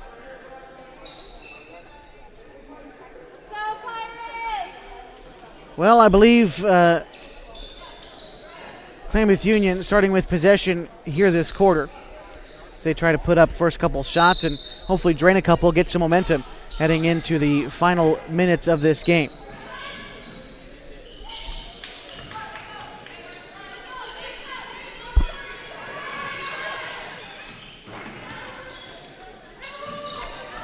And we welcome you in listening to Les Schwab Tires Game of the Week on 1150 and 92.9 KAGO. I'm Josh Eldridge, joined by Dick North, and we're getting ready for the KU Boys Varsity Contest. As a matter of fact, we are still in the fourth quarter of the Girls Contest, a game in which Phoenix leads the Lady Pelicans 31-18 with 7:26 to go in the fourth quarter, as we'll just get right back into this game. Kicking it now for Phoenix is Morgan James. She tries to go to the bucket and is fouled. So she will get a couple chances at the line. A good chance now, Dick, to try to catch up our radio audience on what they might have missed here in this game. And so far, it's been a physical defensive game for both teams, but Phoenix has just had a little bit more luck on the rim, I think. They have. They're taking some really good shots, too. They're getting the home court roll, I guess, is one thing you said. They spent an awful lot of time at the line. They're making some of those. Unfortunately, they're missing some, too. But, the disparity from the free throw line just... I don't even want to talk about it. After one half disparity at the line, Phoenix had shot 22 free throws. Klamath Union had shot 3. And after that first half, KU is only down by 8. So should show you that Klamath Union, they are still in this game, definitely. And 33-18 the scores. We'll fix that for you on the live stream. And for those of you listening on 1150, 92.9 KAGO, we've also got live HD video on mybasin.com. I want to check that out as well. 7 minutes to go now in the fourth. Phoenix trying to get past the press of Klamath Union. And 10-second violation in the backcourt. A great defensive possession there for KU. KU's working hard. They're 15 down by 15, so it might be a stretch to get there in 6 minutes and 52 seconds, but hopefully they can pull it out. Probst passing it over to Mendez in the far side. She's guarded closely by Scaff for Phoenix. Passes it back over to Probst for KU. Bounce pass inside from Langley into Neese. Kicks it back outside to Mendez. Mendez having to go to her right. Kicks it over to Probst. Probst trying to decide what she wants to do. Cross court to Langley. Langley shoots a shot with her foot on the line. It's no good. Rebound to Probst. Probst gets hacked and she will go to the line. There's no arguing that one was a foul. I think she's seeing stars right now, if you want to know the truth. Yeah, she got hit pretty hard on that one with 6:26 to go in the fourth. Picking the right path can make the journey easier, the distance shorter, and can assure that you end up at the right place. And whether you're dreaming of owning a home or just want a great checking account, Pacific Crest Federal Credit Union can help you reach your goals. Second free throw coming up from Probst. It rims out. Rebound goes to Mahan. She kicks it over to Mendez. Mendez steps over, takes a three-point shot, no good. Probst battling for the rebound. She gets it and is fouled again. 2 more chances at the line for Probst as she just went 0 for 2 from the penalty stripe. She'll get a chance to do it again. Her team trails 33-18. And 4 team fouls now for Phoenix, also 4 for Klamath Union. That is the 3rd foul on Josie Bolstad, the 6-foot senior for Phoenix.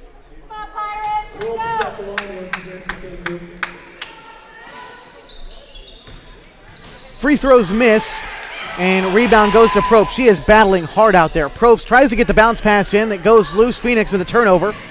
And with it now is Scaff. Scaff, they're trying to get her to cross back over, but she finally gets the pass over to Parent. Parent gets it inside to James, and it looks like Probst is John over at Lumbreras, and they're going to have both of them sent over at the bench. Definite conversation happening down there on the court. In a game as physical as this one, that was only a matter of time. Yeah, the girls are they get frustrated when they get hacked all the time and don't get any calls, and I think that's what happened in Probst's case. She was trying to fight past a pick, and it was an illegal pick. And the girl, kind of got in her face, and they started chewing on each other, and Probst, even though she's like 5'0", wasn't backing down. Right. She's giving up 6 inches in height on that one. And Probst's a warrior. She just stormed out of the gym right now, clearly frustrated. We might see her again. But, in a game as physical as this one, Klamath Union feels like they're getting hacked. They're not getting the calls. And whether or not that is a matter of truth, it's not up for us to decide up here. But they feel like they're not getting a fair shake, and obvious frustration, and it's going to happen. Yep. Well, with 5:59 to go in the fourth quarter, Phoenix leads 33-18.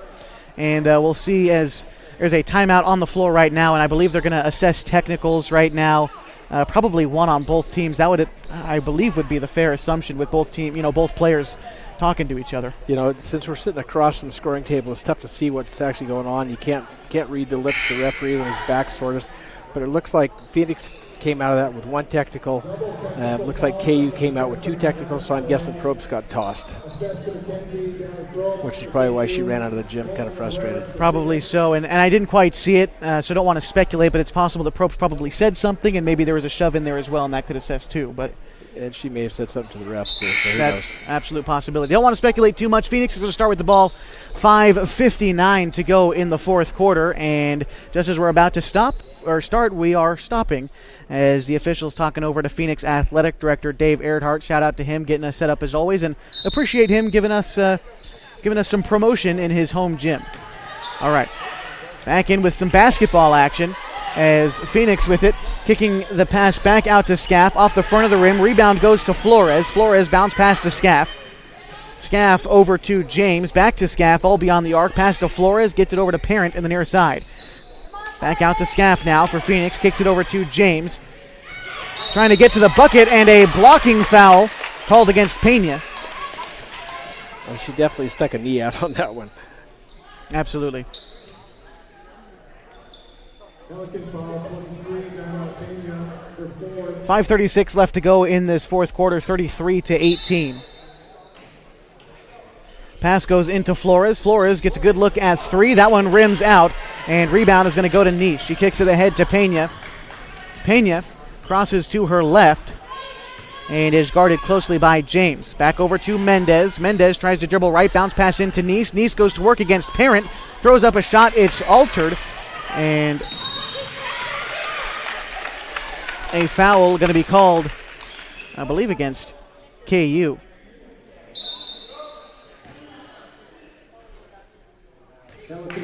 Probst now back on the sideline, going to take a timeout.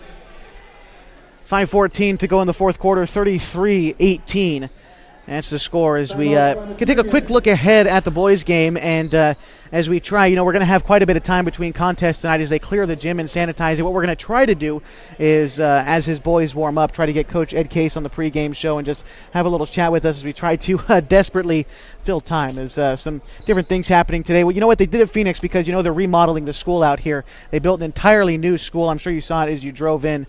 And the gym building is still the same building as it was. However, they're tearing up the old junior varsity gym.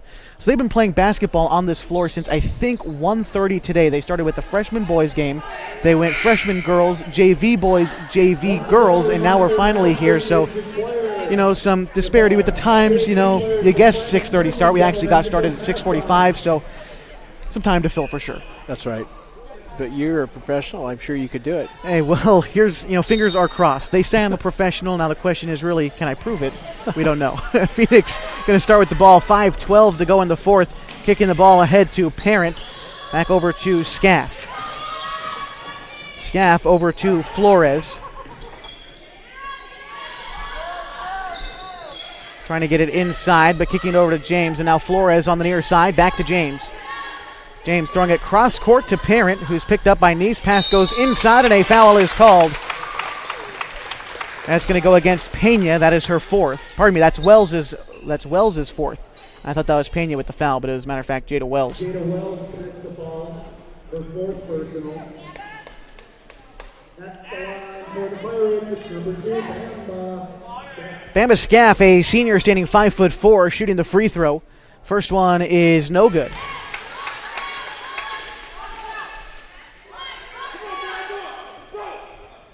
And second free throw coming up. 7 team fouls for KU, 4 for Phoenix. And the shot is good. Second free throw makes that one. 34-18. Phoenix leads. 4:48 to go in this fourth quarter. Passing it ahead. Mahan tries to dribble back. Kicks it out to Mendez between the circles. Mendez tries to get it inside to Wells. Wells tries with the fadeaway shot. She is fouled, so she will go to line. 4.5 to go now in the fourth quarter. And Wells at the line. She hasn't had very much playing time tonight. She got into foul trouble early in that first half. She finished that half with 3. And as we talk about foul trouble, Josie Bolstad for Phoenix has got 4. So, again, in a physical game, a lot of fouls being called. Players have to clean it up going down the stretch if they even want to stay in the game. KU's got some gals in foul trouble. Wells has got 4. Pena's also got 4. Which would be expected with all the fouling there's been. So. Both free throws good at the line from Wells. 34-20 the score.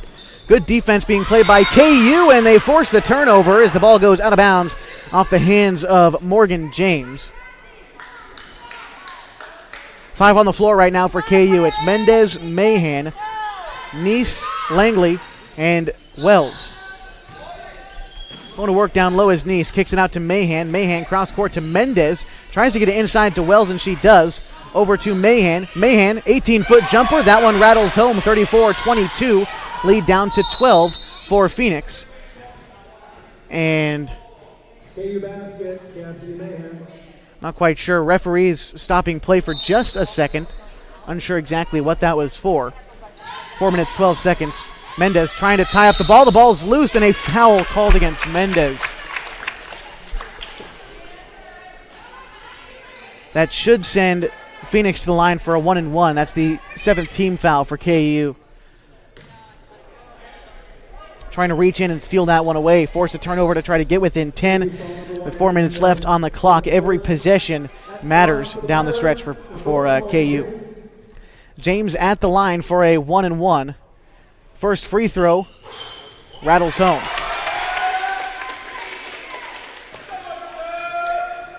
(35-18), or 35-22. 4:08 to go in the fourth. Second shot from James. That one is no good. Rebound Bolstad. She puts it back up and in for Phoenix, and now 37-22. 15-point lead again for Phoenix. Kicking over to Mahan. Mahan fakes right, goes left.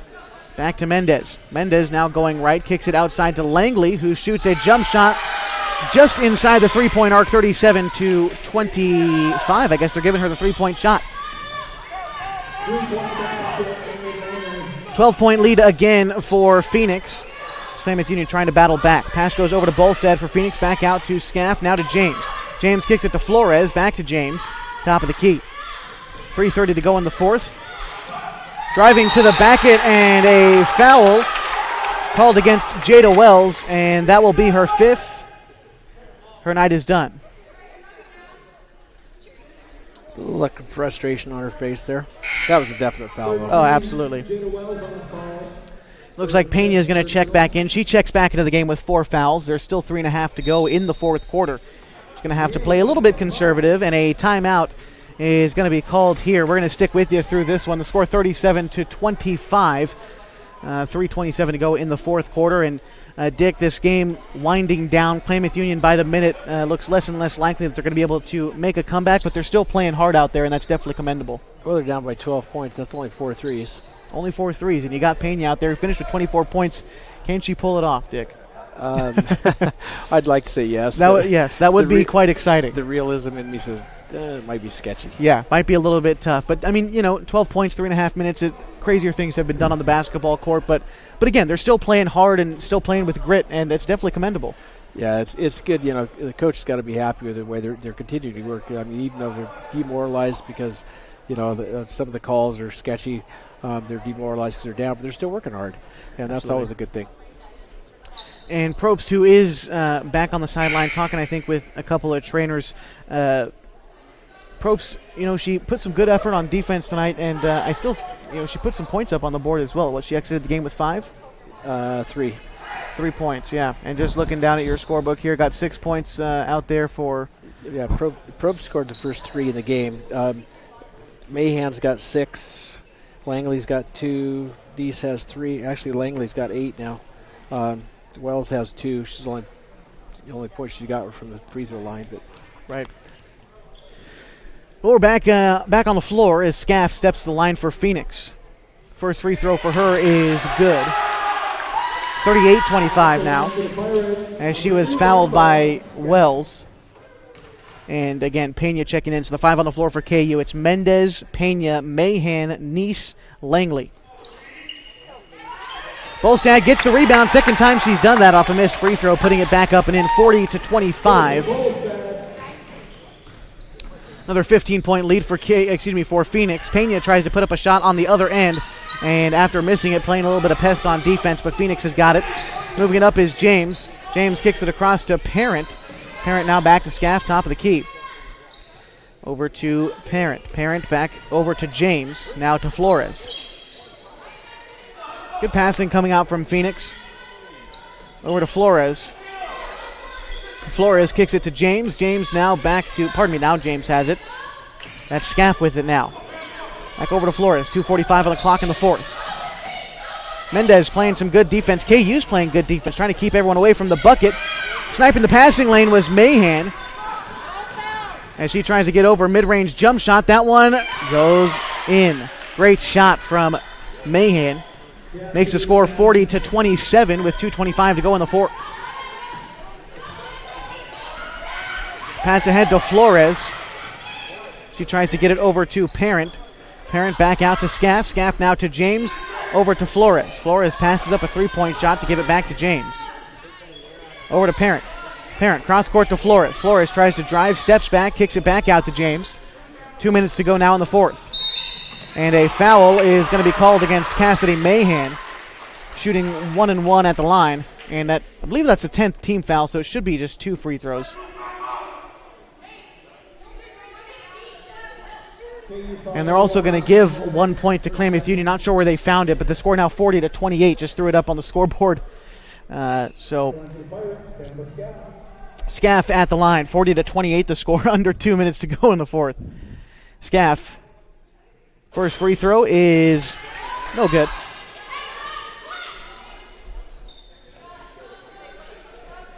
And Scaff will get a second shot at the line now. That one is good.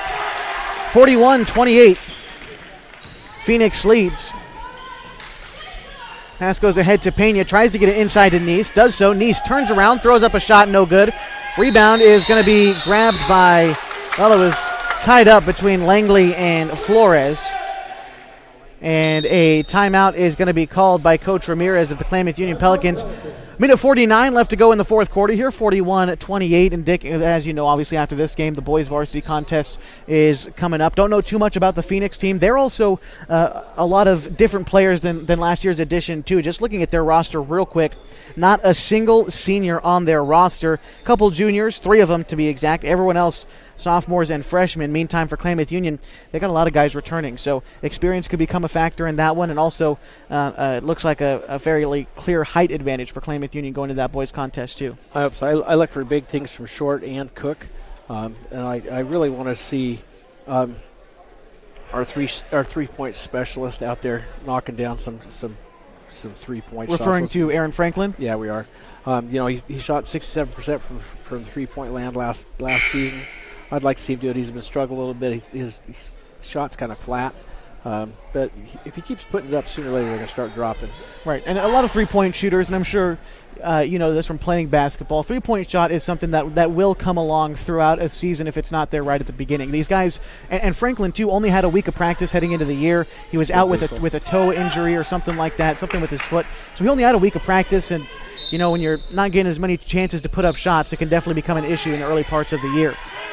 But we get ready for girls basketball again as the ball is plucked loose for Phoenix. Passing it over to James. James is going to miss the open layup. Rebound to Mendez. Mendez tries to bounce pass it forward to Pena, but it's stolen away by Flores. Flores kicks it back to Scaff. Phoenix with the ball. Scaff kicks it over to Flores. Flores has her pocket picked from Mendez, but is able to gather the change, and a timeout is called by Phoenix with 1:24 left to go in the fourth quarter. And switch attention back to the boys' game real quick. But as you were saying, Franklin, a chance to catch on. But exactly like you said, not only do you look for big things from Short and Cook, but the team does. They're the best scorers on their team, and they are the leaders on that team as the 2 seniors. You know, they work really hard. I mean, last night, Short especially. I mean, you know, Cook works hard all the time too, but Short was all over the field. It's not a field, all over the court. You know, both ends of the court. He blocked a bunch of shots. He got a ton of rebounds. He caused a lot of adjusted shots, so he affected the way the other team shot. And he's really a fun player to watch just because he works so hard. And he doesn't slow down. You know, hopefully he has that same intensity tonight. I think he does. I was watching him warm up, and he doesn't look like he's tired at all. He's young and fit, which makes a huge difference. He's out there to win. He's out there to win. You know, speaking of that, for Short, by the way, as the shot goes up on the other side for Phoenix, Garrett Short told me in the interview yesterday, I don't know if you heard or not, but he's completely cut sugar out of his diet to try to stay hydrated for basketball season. Oh, so he's committed. Yeah, you cut sugar out, Dick? Unless there's some available. Right. As long as sugar's not in front of me, I won't be eating any. So we'll leave it at that. Phoenix with a group substitution coming through as we'll reset the floor for the Pelicans. Pena takes a 3-point shot, no good. Rebound back to Pena. She gets the long rebound, tries to dribble the baseline. The ball goes out of bounds, but she's fouled. 5 on the floor right now for KU. It's Mendez, Pena, Neese, Mahan, and Langley.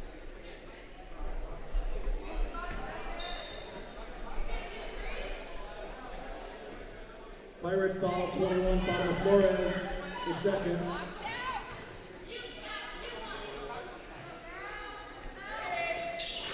Pena's first free throw ends up in there.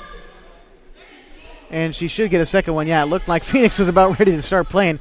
Pena does, in fact, get another free throw here. 41-29. And second free throw coming up from Pena. She nails it, 41-30.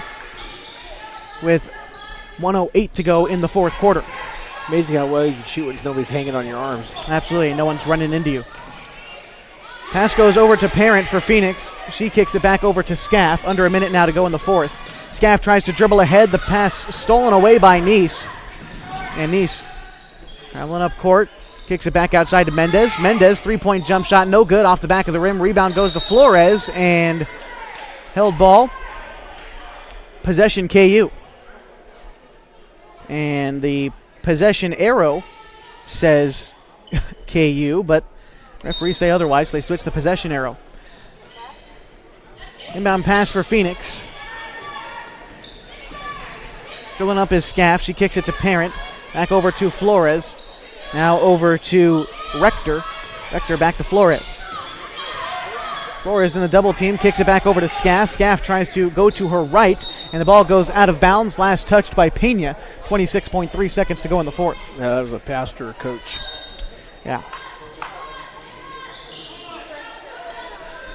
Rector passes it over to Scaff. Mendez playing good defense, but Scaff gets around her, and a charge called against Phoenix as Mahan sticking in there to take the bump. 19 seconds to go.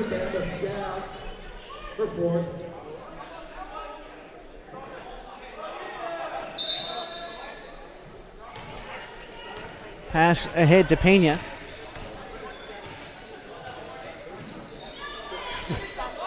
Pena loses a handle on it with 8 seconds left to go.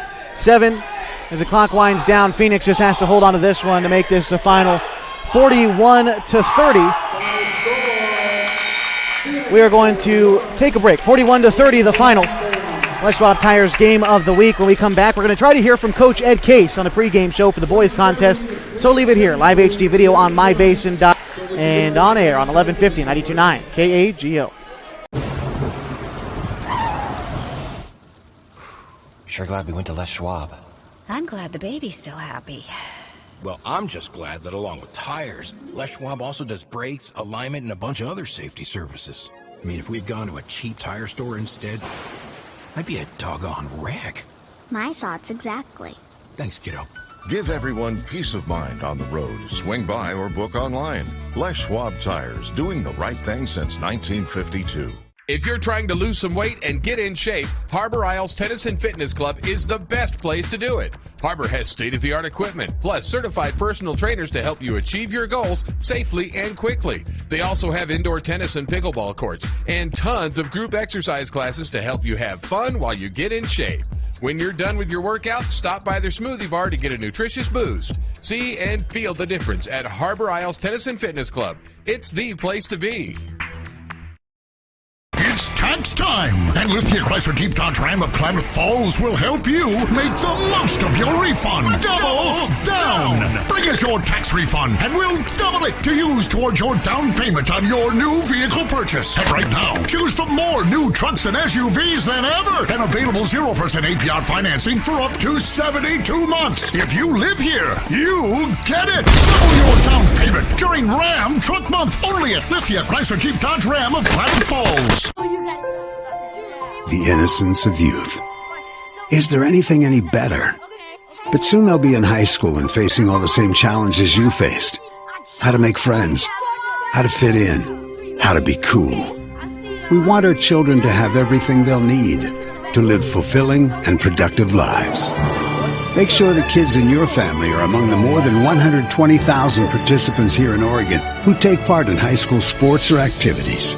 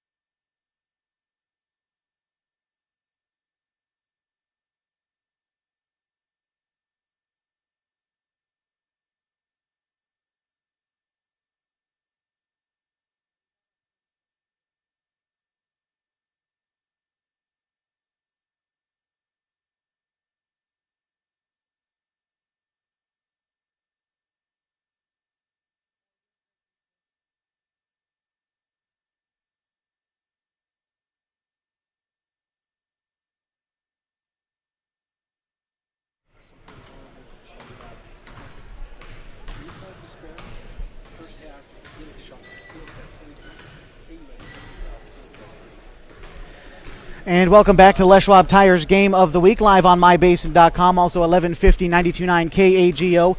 The final of the girls' varsity contest wound out 41-30, Phoenix taking the win. But of course, we've got the varsity boys contest coming up. I'm joined now by head coach of the Klamath Union Pelicans, Ed Case. Coach, you're coming off of a back-to-back, a decent win yesterday against North Valley. How do you feel about your performance yesterday before we look at today? I thought we played decent. There's still a lot of room for improvement.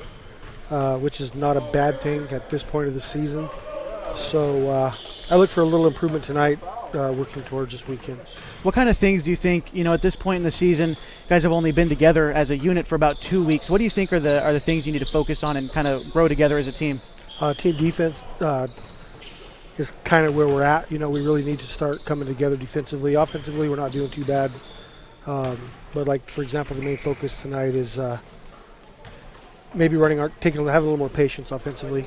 Right. And just working on our defense. Right. I hear you talk about defense a lot. Obviously, it's the one thing that every basketball team needs to work on. But Garrett Short last night against North Valley provided a lot of energy, I think, on the defensive end. Can you kind of speak to what he brings to the team on the defense and even on the offensive end for the team? Well, yeah, he's a senior, of course, and he knows what it takes to win basketball games. And so, yeah, we don't really have to get after him to be like that. He just naturally comes out aggressive and gives us that spark on both ends of the floor. Tonight we'll shift our focus a little bit. Your second night of a back-to-back, does that change anything with how minutes are distributed? Or they're high school players, they're also ready to go, but what is the kind of thought process going into a back-to-back? We'll just play it and see how the kids are tonight. This is our first back-to-back we've had, I think, since I've been at Klamath Union. So right. We'll just kind of play it by how the kids are, and we'll judge by that. And that'll dictate the rotation. Absolutely. Your second league game tonight here on the road against Phoenix. What do you expect to see from the Pirates? Like every team in our conference, everybody comes out and plays extremely hard. So I don't see them coming out and just rolling over. I see them coming out and giving us their best shot, and hopefully we'll be able to give them our best shot. All right, absolutely. Thank you very much, Coach, for the short time. I appreciate it, and good luck tonight. Thank you. Appreciate it. That was Coach Ed Case of the Klamath Union Pelicans as we get ready for the boys varsity contest. And we're going to take one more break, and we'll come back. We'll recap the girls' game for you on 1150, 92.9 KAGO, also live HD video on mybasin.com. After a quick recap, we're going to focus straight up on the boys varsity contest. All that's coming up on MyBasin on 92.9, 1150 KAGO. Threads. There are many threads that run through our region. There are churches and schools and little league teams that bring us together and bind us into communities.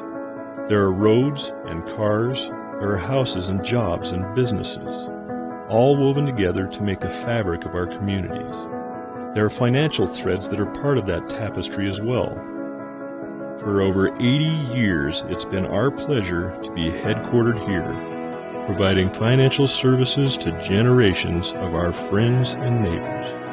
From that first savings account to retirement planning and all of the cars and houses and groceries in between, we keep your money local, investing it back into our communities, adding more threads to the fabric to make our communities stronger.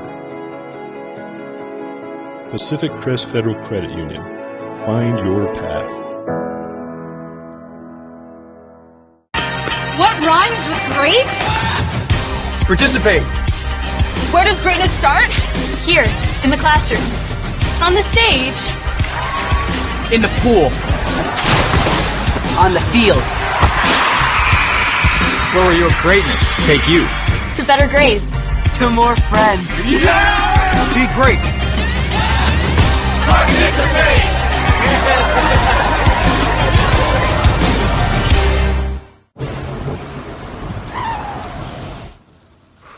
Sure glad we went to Les Schwab.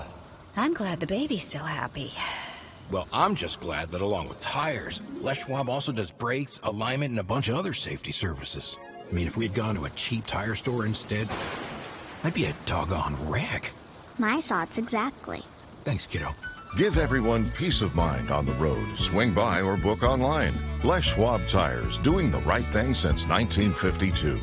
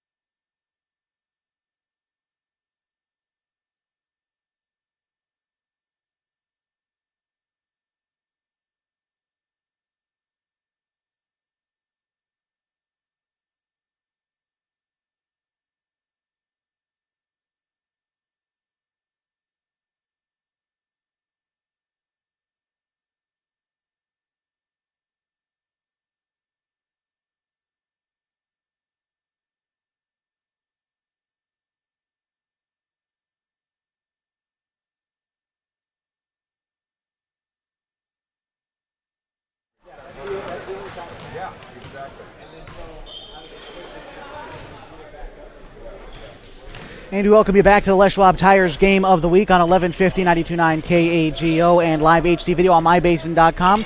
Just got a chance to talk with Coach Ed Case, the head of the boys varsity contest, but we do have to wrap up the book on the girls varsity contest. It's a game in which Phoenix beat Klamath Union 41-30.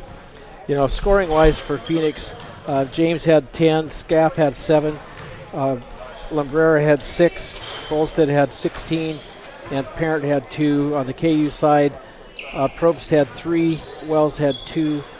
Mahan stepped up and scored 10. Pena struggled quite a bit, only wound up with 6.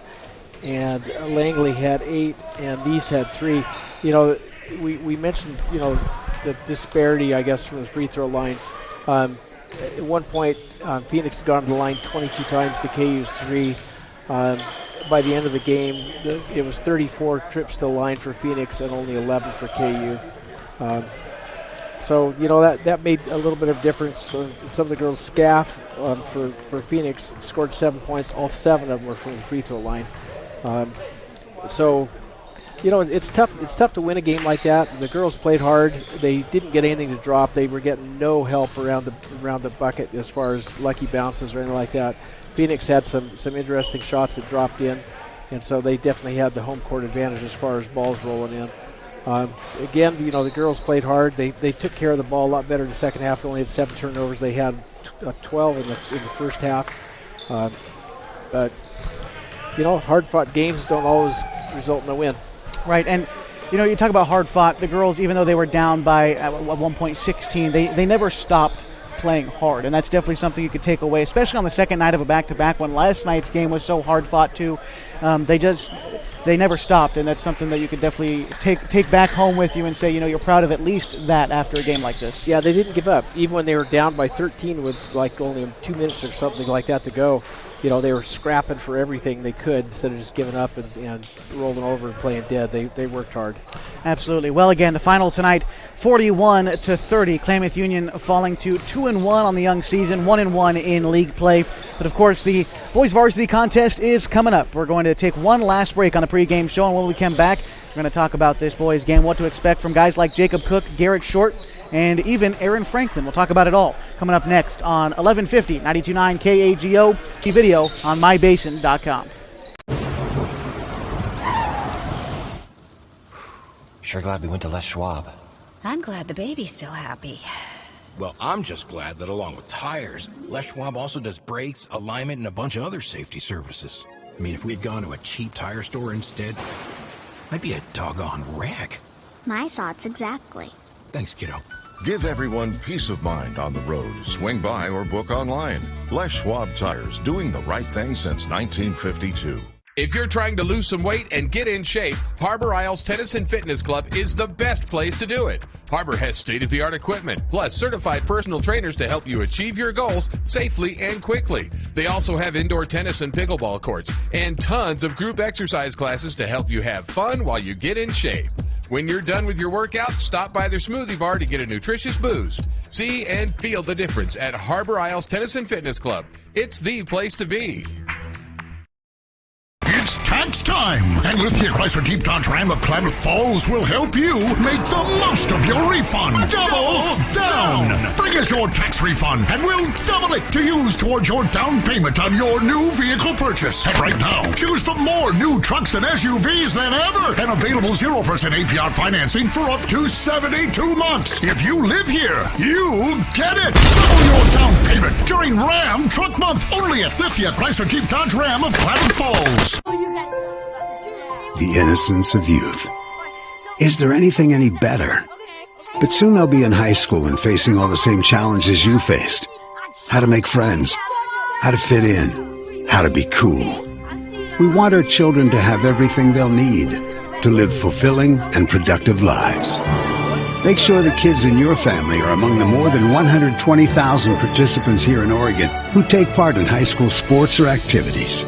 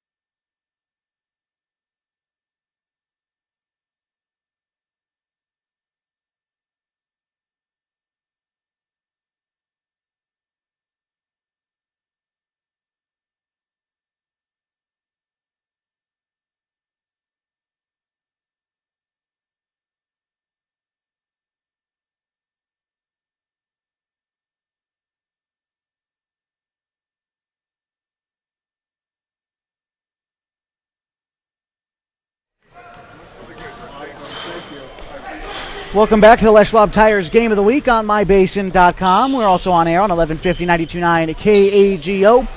Ready for the boys varsity contest. Klamath Union Pelicans enter play today 2-0. The Phoenix Pirates are 0-2. As we take just a brief look at how the Skyline Conference is shaping up early. Klamath Union 2-0 overall in the season. They are 1-0 in league play, followed up by Hidden Valley and Mazama. Both of those teams are 1-0 in league play, and their one win coming in league. They have 1-0 overall. Henley, North Valley, and Phoenix are all winless. Phoenix, as a matter of fact, is 0-2. Their two losses of the season coming to St. Mary's, who beat them 70-31, and then Mazama last night beating Phoenix 66-45. So losing once to a St. Mary's team that Klamath Union has already beat, and then once to a league opponent in Mazama, who a lot of folks think is fairly good, even though they didn't quite show it last year. So interesting dynamics coming between both of these teams tonight. Klamath Union, I think, enters as the favorite, but you never can tell in a game on the road. No, you can't. We're like we mentioned earlier, we're in a hostile environment over here. The kids need to step up. Short and Cook especially. Again, we'd like to see some offensive effort from Aaron Franklin. Hopefully that'll happen. I'd like to see also Wata scored. He's 2 games ago, he scored 10 points. He struggled a little bit last night. It's up to KU to come out and dominate at the beginning and just kind of make a statement. I think if they do that, they're gonna come away with a great win. And in a place like this, that's always a good thing. Absolutely, and you see him warming up right now. Guys like Aaron Franklin, guys like Jacob Cook and Garrett Short, guys who've been here before. And I'm not just talking about Phoenix. I'm talking about playing varsity games on the road. A team tonight that's going to have to face some adversity that's not necessarily the team that they're playing against. Like you said, hostile crowd, potentially a little bit of home cooking. There's just some different things that the KU boys have to worry about tonight. That's true. But they've been there before. They're experienced, even though they're not a really super young team. They've got some seniors on the team, but I think they can't let the crowd get in their head. There's not much of a crowd, but the ones that are here are pretty vocal. The kids just need to tune that out and just play basketball, play up to their abilities. They'll do well. Right. You talk about the seniors on Klamath Union. A couple of those guys, just to name them: Aaron Franklin, Jacob Cook, Garrett Short. All those guys seniors for Klamath Union. You look at the Phoenix roster, not a single senior. They've got 4 juniors, the rest are sophomores, and they've got 1 freshman. So experience could also come into play late in a game like this. And a North Valley team that we played last night, another one of those teams, I think they carried 3 seniors. They folded late, and Klamath Union took advantage of that, so something else to look forward to tonight. Yeah. Again, I'm looking for big things from Cook. He had 10 points last night, but he didn't play an awful lot. Coach pulled him out early on. Short, we had 14 last night. He also sat on the bench for a while. I think it's up to those 2 guys just to establish some protocol, I guess, dominance the first part of the game. If we do that, I predict this is going to be a cakewalk. That's my prediction. Well, I'll hold off on those kinds of predictions. We're still 40 seconds away from tip-off. Well, not technically a tip-off. We're going to pass the ball in and do as we do tonight. But a chance for Klamath Union to go up 3-0 on the season tonight, and that can't be overstated as well. Just a great start for them overall this year. No, the Skyline's a really competitive conference. I know Henley lost last night. Hidden Valley obviously is pretty tough. That was a pretty low-scoring game. 39-38 was the final. Hidden Valley beat them. Yeah, so it was hard fought. I know that. But I look at KU to come away with a Skyline Conference Championship win this year. Well, that is the prediction that we're going to mark that one. Clip that one if you're watching on mybasin.com. We're going to put that in the Dick North archive. The Dick North special. Just don't put any money on it. And yeah. Don't, like we said last night, don't take Dick to Vegas. Looks like we're about ready for starting lineups tonight as we get ready for the Klamath Union Pelicans and the Phoenix Pirates. The Klamath Union Pelicans coached by Ed Case as we take a look at their starting lineup. Klamath Union tonight in their black uniforms with their red lettering, white trim around it. And Phoenix wearing their whites with their navy blue stripe down the side with red trim. Starting for Klamath Union, number 0, the sophomore, Javin Zumwalt. The junior, Vaughn Wata. Number 13, the senior, Garrett Short. Number 3, Aaron Franklin.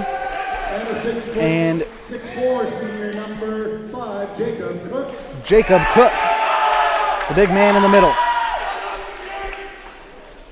And now stand up for Taking a look at the starters for the Phoenix Pirates. They're coached by Troy McNichols. Assisted by Kim Horn, Garrett Freeman, Bob Oshetsky. Here are your starters. A 6'1" junior, number 3, Jack Monroe. Number 3, Jack Monroe, standing 6'1". Number 11, a junior standing 5'10", Miguel Valdez. Senior number 14, Alex Osorio. Alex Osorio, a junior standing 5'11".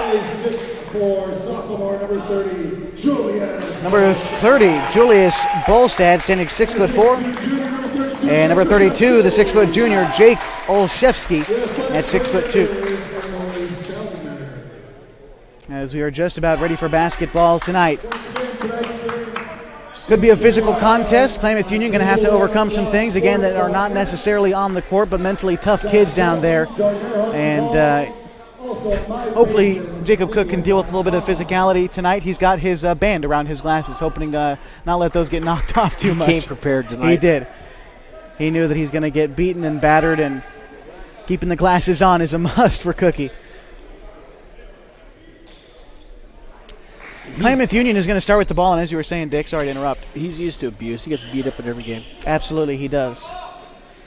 Klamath Union going to start with the basketball. 8 minutes on the clock. And in the second night of a back-to-back, Klamath Union looking to come out with a little bit of fire, a little bit of intensity, and it's going to be matched by Phoenix. Inbound pass goes to Javin Zumwalt, and that is how we start things off tonight. Zumwalt dribbles up. He's going to kick it over to Franklin on the far side. Franklin finds Cook, top of the key. Cook over to Wata, now to Short on the near side. Short back to Wata, kicks it over to Zumwalt. Zumwalt takes a three-point shot. That one rims out, no good. Rebound is going to be grabbed by Osorio for Phoenix.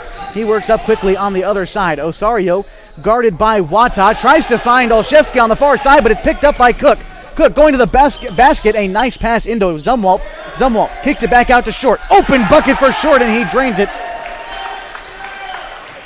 Short, first 3 points of the night for KU. They lead 3-0 with 7:19 to go in the first, and a foul is going to be called early. And we'll bring it up one more time, Dick. 34-11, the free throw disparity between the girls' teams. Definitely hoping that straightens out here in the boys' contest. I hope so. Olszewski to inbound. He's going to throw it over to Valdez. Takes a screen, comes over to his right side. Valdez is going to hand it off to Osorio. Osorio right beyond the key, kicks it inside to Bolstad. Bolstad is trying to find Osorio inside, but the pass taken away by Wata. Wata tries to throw it ahead to Cook, but it's stolen away by Phoenix. Going to the bucket on the other side is Olszewski. He's going to answer with 2 points, and the score 3-2 with under 7 to go now in the first. Garrett Short dribbling up quickly, kicks it over to Franklin on the near side, back to Short. Inside to Cook now, going to work on that left block. Cook fakes right, goes left, sweet move to the bucket. Pair of points that time for Jacob Cook, 5-2 now the score. Klamath Union leads, 6:42 left to go in the first. Now Phoenix on the other side, pass over to Olszewski. Olszewski kicks it over to Monroe. Monroe trying to find a man inside, gets it over to Bolstad. Bolstad back to Olszewski, top of the key, guarded by Cook. Back over to Monroe, inside now to Bolstad. Bolstad back to Monroe, kicks it out to Olszewski. Olszewski, a three off the front of the rim, no good. Rebound Wata. Wata in the 2-on-1 fast break with Zumwalt. He tries to get it ahead to Zumwalt, but as a matter of fact, it's tapped out of bounds by the 6'2" junior Olszewski for Phoenix. Short to inbound. And Short finds Cook on the far side. Cook tries to get off to the baseline, tries to throw it ahead to Wata, cross court, ends up going out of bounds. Turnover for Klamath Union. They lead 5-2, 6:11 to go in the first quarter. Inbound pass goes to Phoenix. That would be number 11, Valdez. Valdez taking it up against Zumwalt. Gets it over to Olszewski. Olszewski over to Monroe. Monroe back over to Bolstad. Bolstad dribbles to his right, kicks it back outside to Valdez beyond the key. Valdez into Monroe. Monroe takes a mid-range jump shot, misses everything. Rebound Cook. Cook throws it ahead to Zumwalt, who takes it to the front court for KU. Throws it ahead to Franklin on the far corner. Franklin tries to dribble the baseline, kicks it out to Cook. Cook goes to his left, puts it on the floor, kicks it out to Zumwalt, now on the near side. Javin Zumwalt, guarded, kicks it out back to Short. Short takes a Cookie screen, pulls up for a three-point jump shot. That one rims out, no good. Rebound grabbed by Bolstead. KU still leads 5-2, 5.5 to go in the first. Kick over to Monroe. Monroe cross court to Olszewski. Olszewski catch and shoot three. That one rattles home. A friendly rim there. Tie game. We're knotted at 5 with 5:13 to go in the first. Garrett Short taking it up now for KU. Back over to Franklin now on the near side. Gets it into Short. Short drives the baseline and travels before the shot goes up. 21, Dylan Harper checks in for the Pirates. Checking in for Phoenix, Dylan Harper, the freshman, standing 5'11", and I believe that another substitution coming in, Macias, a late addition into the ball game. He's going to check in for Javin Zumwalt.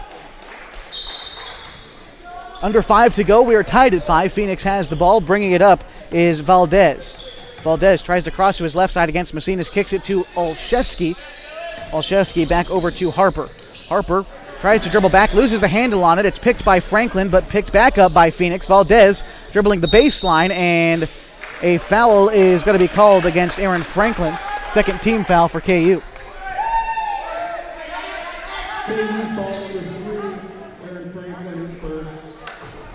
It's Franklin's first foul. Valdez to inbound.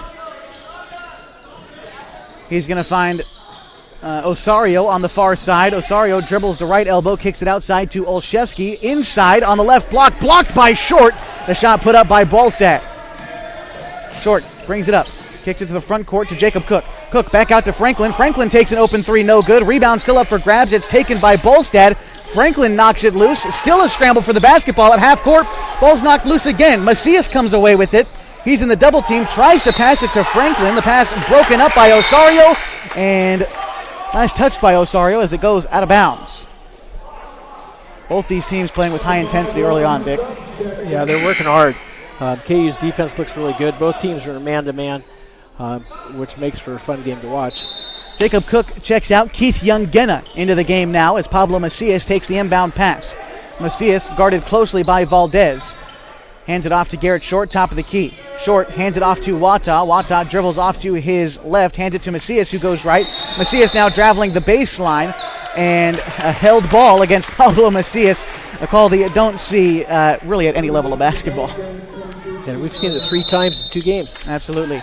And a timeout is going to be taken by Coach Ed Case with 4 minutes left to go in the first. We're knotted at 5 on the Les Schwab Tires Game of the Week on mybasin.com. Leave it here. More first quarter action is next. If you're trying to lose some weight and get in shape, Harbor Isles Tennis and Fitness Club is the best place to do it. Harbor has state-of-the-art equipment, plus certified personal trainers to help you achieve your goals safely and quickly. They also have indoor tennis and pickleball courts, and tons of group exercise classes to help you have fun while you get in shape. When you're done with your workout, stop by their smoothie bar to get a nutritious boost. See and feel the difference at Harbor Isles Tennis and Fitness Club. It's the place to be.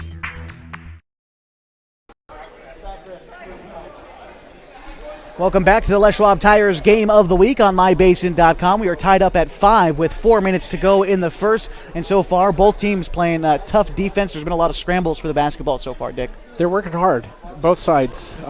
Again, they're playing a man-to-man, and they're scrapping it out. Shorts had a couple good looks at 3. He knocked down one of them, 1 for 2 from beyond the arc. Usually doesn't get too many three-point attempts, but Phoenix definitely guarding inside the paint a little bit more than the perimeter, I think, so far. Something to look forward to. And the refs are calling it pretty tight. They're not letting them do much of anything. Phoenix starts with the ball as we continue the first quarter of action. Valdez guarded by Macias. He's going to kick it over to Harper. Harper to Osario. Osario going to work against Wata. Dribbles back and rethinks it. Kicks it over to Olszewski in the far side, guarded by Short. Olszewski bounce pass into Harper, goes up with it, and a nice little layup. Good assist. Credit it to Olszewski. Phoenix takes the lead 7-5 with 3:36 to go in the first. Macias taking the ball up. He's guarded closely by Valdez and tries to get the ball to Short. He does. Short trying to drive the far side, kicks it out to Youngena. Youngena open 3. That one misses. Short grabs the rebound, tries to go back up with it, misses, and rebound to Phoenix. Olszewski with it now. guarded by Franklin. Olszewski trying to cross up Franklin. The ball's picked loose, goes out of bounds, and last touched by Olszewski. It's Klamath Union basketball. Coach Case trying to tell something to Pablo Macias, probably about something going on the defensive end, as Cook and Bolstad check back into the game, and likely could just be an assignment for Jacob Cook tonight just to guard Bolstad. They'll probably match minutes with him. Macias takes the inbound pass, 3:04 to go in the first, 7-5, Phoenix leads. Jacob Cook hands it back off to Macias, back to Cook. Cook tries to drive to the basket with his left hand. It's a thing of beauty, lays it up and in. Knotted at 7 with 2:49 to go in the first. Those are the first 2 points tonight for Jacob Cook. Now it's Valdez with it on the far side. Passes it over to Harper. Harper to the new addition of the game. That's Stubbs for Phoenix. Gets it inside to Harper. That one rolls around the rim and no good. Rebound Jacob Cook. Cook throws it ahead to Short. And Short now dribbling up. He's picked up by Osario. Over to Macias on the near side. Tries to get it inside to Jacob Cook. Cook going to work against Ballstad. Gets around him. Throws it up off the glass. No good. Rebound Youngena. Throws it up and is fouled. Youngena, 2 chances at the line now, as we're tied at 7 with 2:15 to go in the first. Pelicans fans, if you'd like to exercise in a professional, clean, and friendly environment, head to Harbor Isles Tennis and Fitness Club. With state-of-the-art equipment, 4 indoor tennis courts, 3 pickleball courts, certified personal trainers, and tons of group exercise classes, Harbor is the place to be. First free throw from Youngena is good, and a substitution for Phoenix as Isaiah Talbot checks in. Out is Osario. Youngena, 2 for 2 at the free throw line, 9-7. KU leads, 2:14 to go in the first. Kicks it over to Stubbs. Stubbs back to Harper for Phoenix. Harper is going to find Talbot. Talbot back out to Harper on the near side in the corner. Bounce pass goes inside to Stubbs. It's stuffed by Garrett Short. And he's going to the front court. One-on-one fast break, lays it up. It's no good. Youngena tries to get the rebound, and he's fouled going back up with it. He'll shoot 2 at the line. Garrett Short, boy, have yourself a couple of games on defense. He is playing with heart out there, and that's to say the least. Garrett Short already 3 points tonight. Looking to add to that. First free throw is good. KU now leads 10-7, 1:49 to go in the first. Substitution coming in for Klamath Union as Von Wata takes Aaron Franklin's spot. 5 on the floor for KU. It's Wata, Macias, Short, Youngena, and Cook as Short nails the second free throw. 11-7 now. KU leads. Inbound pass goes awry. It's off the foot of Macias. He gathers it before he goes out of bounds. Jacob Cook, bucket to himself, and he rolls it off the fingertips. It's good. 13-7 the score with 1:39 to go in the first. A timeout is taken. And we're going to stick with you through this one, and that was a way to send us to timeout with some good defense from Pablo, passing it up ahead to Cook and converting on a couple of points there. I'm speechless, which is a shock. Short, the kid just plays with intensity. He just is all over the place. You know, Macias made a great steal there. Everybody on KU's team was down court, and Short flew down the court, and I'm speechless. Yeah, kids are so quick. They are very fast, and Klamath Union playing with a lot of pace so far. They're looking for their shots quick, and so far they've gotten them now, putting up 13 points in the first quarter. That's right. You know, I hope they continue to do that. I hope Macias keeps playing the defense he's playing. You watch these guys; they're picking their kids up at the half court. They're not sagging back. They're not giving them a chance to work the ball around the outside. Everything that Phoenix does is contested. And KU's come away with some key steals, and they've come away with some key buckets off those steals. That's a good thing. Absolutely. 1:39 to go in the first, 13-7. Phoenix is going to start with the basketball. Inbound pass goes to Osario. He's trying to fight to get up to the front court. He passes ahead to Stubbs. Stubbs guarded by Short. Stubbs trying to get it inside, loses the pass, and out of bounds. Klamath Union basketball. That's the third turnover in a row for Phoenix on 3 straight possessions. Coming into the game now for the Pirates is Olszewski. He takes the place of Osario. Macias taking it up for Klamath Union. And Macias kicking it over to Wata. Wata tries to get it to Cook. It's a little bit of a miscommunication. Gets it into Ballstad instead, so that's a steal for him. Phoenix with it now, trying to go the other way. Ahead to Olszewski. Olszewski head fakes the three, goes to the bucket, and is fouled by Garrett Short. He'll shoot 2 at the line. He blocked it too. Blocked it too.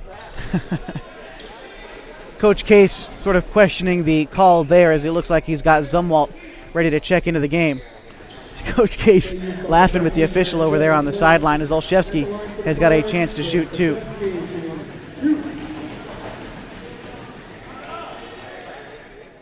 .107 to go in the first quarter, 13-7, as Olszewski toes the line. First free throw, rims out, no good. Javin Zumwalt is going to check in for Garrett Short. Short only with 1 foul, but getting a little bit of rest here in the first quarter.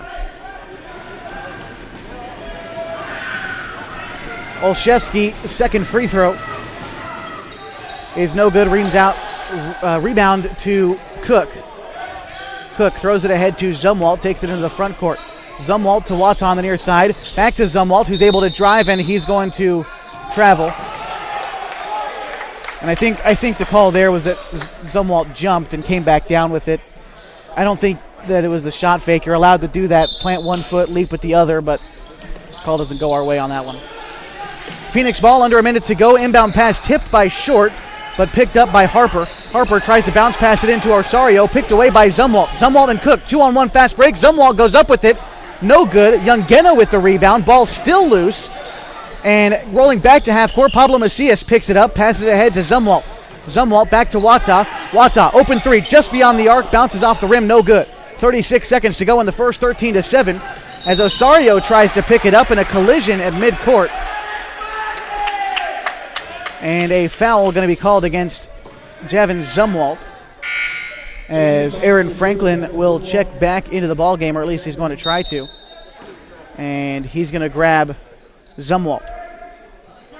It's Javin's second foul, still in the first quarter. Olszewski, well, we're waiting to inbound it. Not quite sure what's going on. Monroe going to check back in for. You don't see referees wait for substitutions like that for too long. Olszewski to inbound it. He finds Osorio. Osorio with it now, guarded by Wata, and he will travel with it. Turnover for Phoenix. That is their 5th of the night.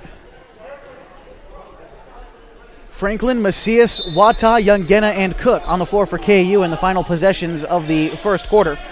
Macias kicks it to Franklin beyond the arc.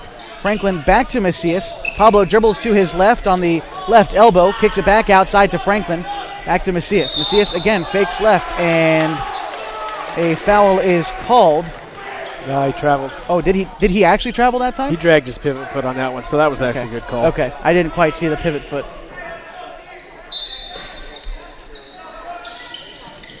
Olszewski to inbound for Phoenix. He throws it cross court to Monroe.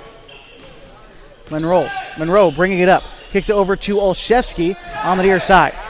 Olszewski now with 5 seconds left, trying to get around Cook. Dribbles to his right, throws up a 3-point jump shot. That one off the rim and no good. 13-7 is the score after 1 quarter. Klamath Union in the lead. Second quarter action coming up on the Les Schwab Tires Game of the Week on mybasin.com. Sure glad we went to Les Schwab. I'm glad the baby's still happy. Well, I'm just glad that along with tires, Les Schwab also does brakes, alignment, and a bunch of other safety services. I mean, if we'd gone to a cheap tire store instead, I'd be a doggone wreck. My thoughts exactly. Thanks, kiddo. Give everyone peace of mind on the road. Swing by or book online. Les Schwab Tires, doing the right thing since 1952.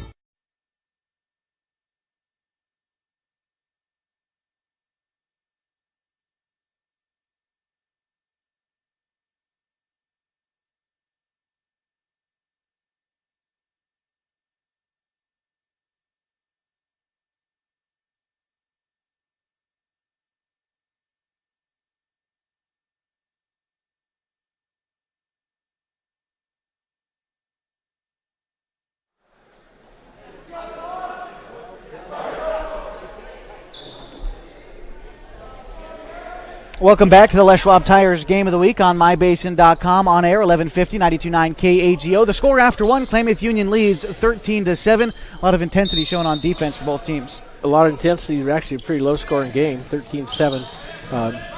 KU's played really, really good defense. There's the defense right there, a blocking call against Garrett Short. And Short's got 5 points right now. That was on Franklin, I think. That was on Franklin? I hope. KU foul. Number 3. That was on Franklin. You're right. Youngena is going to check in for Franklin. That's his second foul.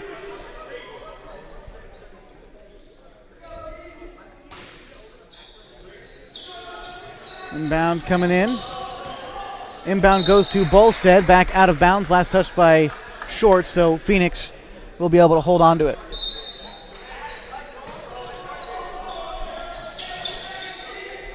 Inbound coming in to Bolstad once more, and a shove from behind for Garrett Short. He throws his hands up, wants to know what the call is. He doesn't quite know. KU foul 13, Garrett Short. And Coach Case curious as to what the call is too. That's his second foul. Another inbound play coming up for Phoenix. Gets it ahead to Bolstad. That's touched out of bounds, and last handle by Bolstad. So Klamath Union now at the ball. Pablo Macias comes up with it. Wata dribbles to his left. Bounce pass into Cook. Has a little bit of trouble with it. Gets the pass back. Kicks it out to Youngena in the far corner. Youngena fires up a three that's no good. And Wata playing full court defense against Talbot for Phoenix. Pass back over to Harper. Harper kicks it out to Osario, who goes against Macias. Now to Olszewski. Back top of the key to Harper. Harper trying to drive the baseline and back outside to Olszewski, who's picked up by Cook. Olszewski fakes right, goes left. He's at the free throw line. Pulls up for a mid-range jump shot. No good. Rebound Garrett Short. Short pass ahead to Cook. Cook puts it on the deck, spins around, draws a lot of contact, throws it up, and is fouled as he misses the shot, so he'll get 2 chances at the line. Jacob Cook right now with 6 points. 7:06 to go in the second. Cook at the line. Little things can add up to big bills when buying, selling, or owning a home, and Coldwell Banker Home and Premier Realty's exclusive Beyond the Sale guarantees protect buyers, sellers, and homeowners from unexpected repair bills. To learn more, call Coldwell Banker Home and Premier Realty today. First free throw from Short is good, 14-7, 7:06 to go in the second. Pardon me, that was Cook at the line. 7 points for him on the night. Checking into the game for Phoenix is Valdez. He subs in for Osario. Second free throw for Cook. Good. 15-7, Klamath Union leads, 7:06 to go in the second. And pass ahead to Bolstad for Phoenix. Bolstad still with it. Tries to get it into Talbot, and a timeout called by the Phoenix Pirates. We're going to step aside as well. 6:58 to go in the second. 15-7 to go in this quarter. You've got the Les Schwab Tires Game of the Week on mybasin.com. It's tax time! And with here, Chrysler Jeep Dodge Ram of Klamath Falls will help you make the most of your refund. Double down! Bring us your tax refund, and we'll double it to use towards your down payment on your new vehicle purchase. And right now, choose from more new trucks and SUVs than ever, and available 0% APR financing for up to 72 months. If you live here, you get it! Double your down payment during Ram Truck Month, only at this year Chrysler Jeep Dodge Ram of Klamath Falls.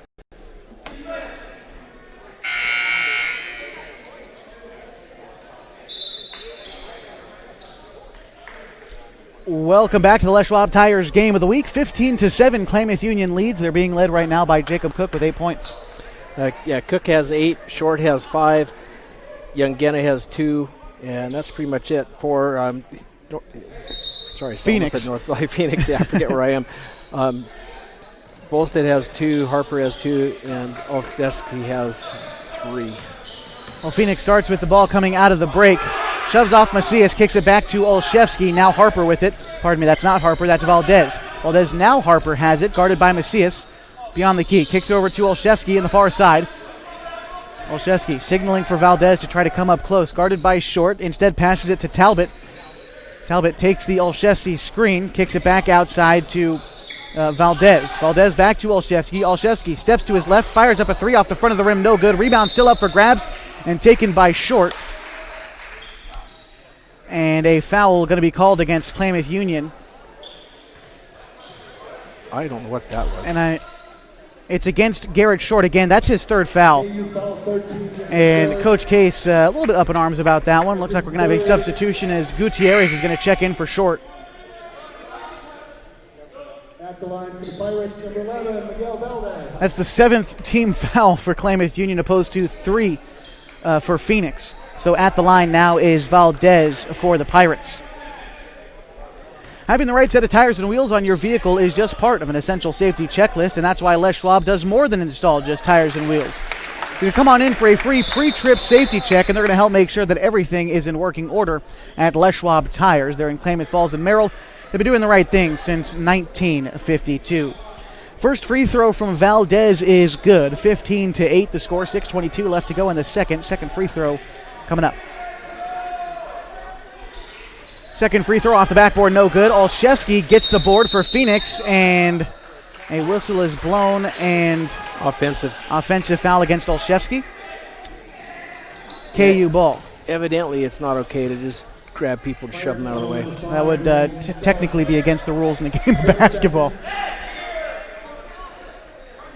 On the floor right now for KU, it's Jacob Cook, Von Wata, Pablo Macias, Fernando Gutierrez, and Keith Youngena.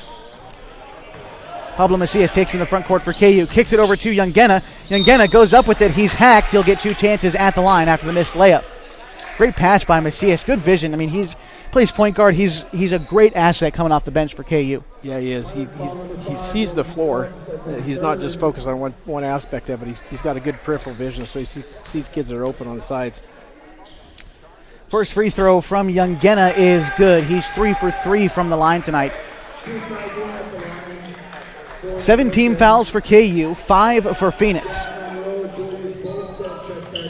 Bolstad back in the game, as is Monroe for Phoenix.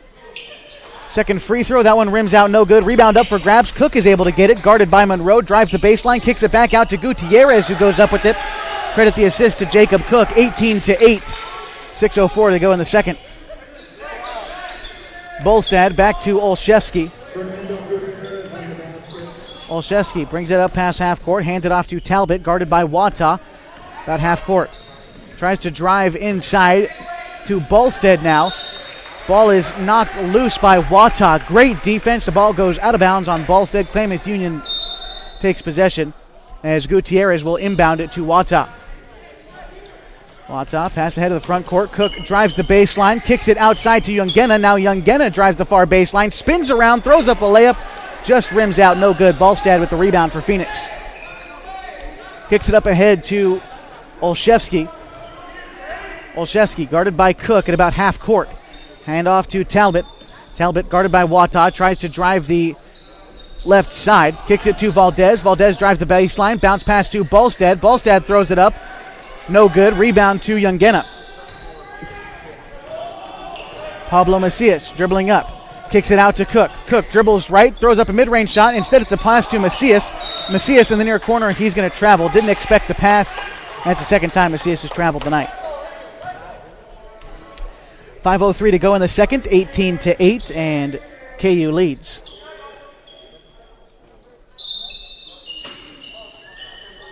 Olszewski trying to find the inbound pass. He gets it to Valdez.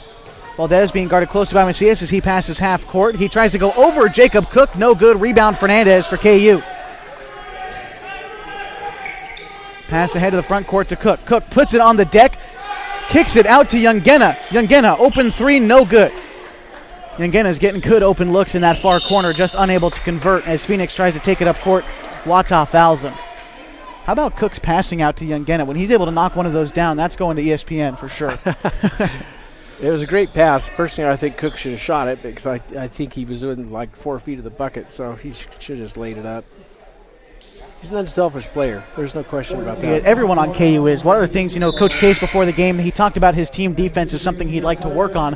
Whenever you ask him what he's proud of his team, though, he talks about the ball movement. They share the ball real well. Well, you look at the scoring from night to night, and it's not just this year, previous years too.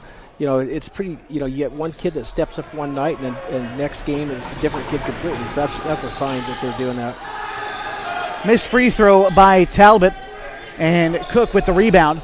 Pablo Macias takes it up, passes it ahead to Cook. Cook trying to drive the left side, throws it up with his left hand, does it again. 20-8, 10 points tonight for Cook. As Bolstad with it now, gets it in the near side to Harper. Harper guarded by Macias. Macias plucks it loose, and a double dribble by Harper. Great defensive possession for Macias. Gutierrez is going to inbound it.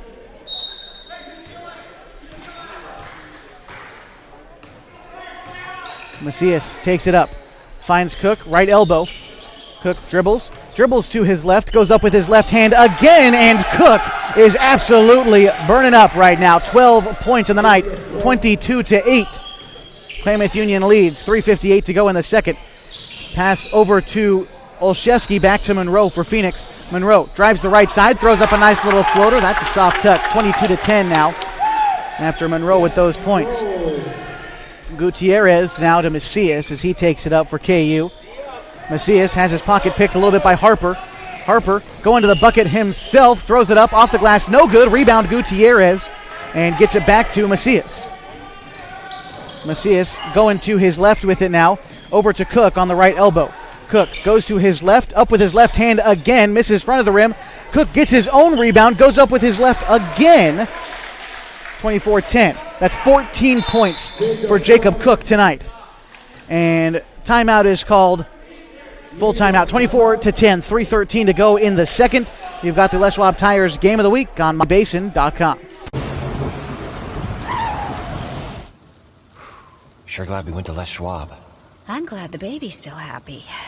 Well, I'm just glad that along with tires, Les Schwab also does brakes, alignment, and a bunch of other safety services.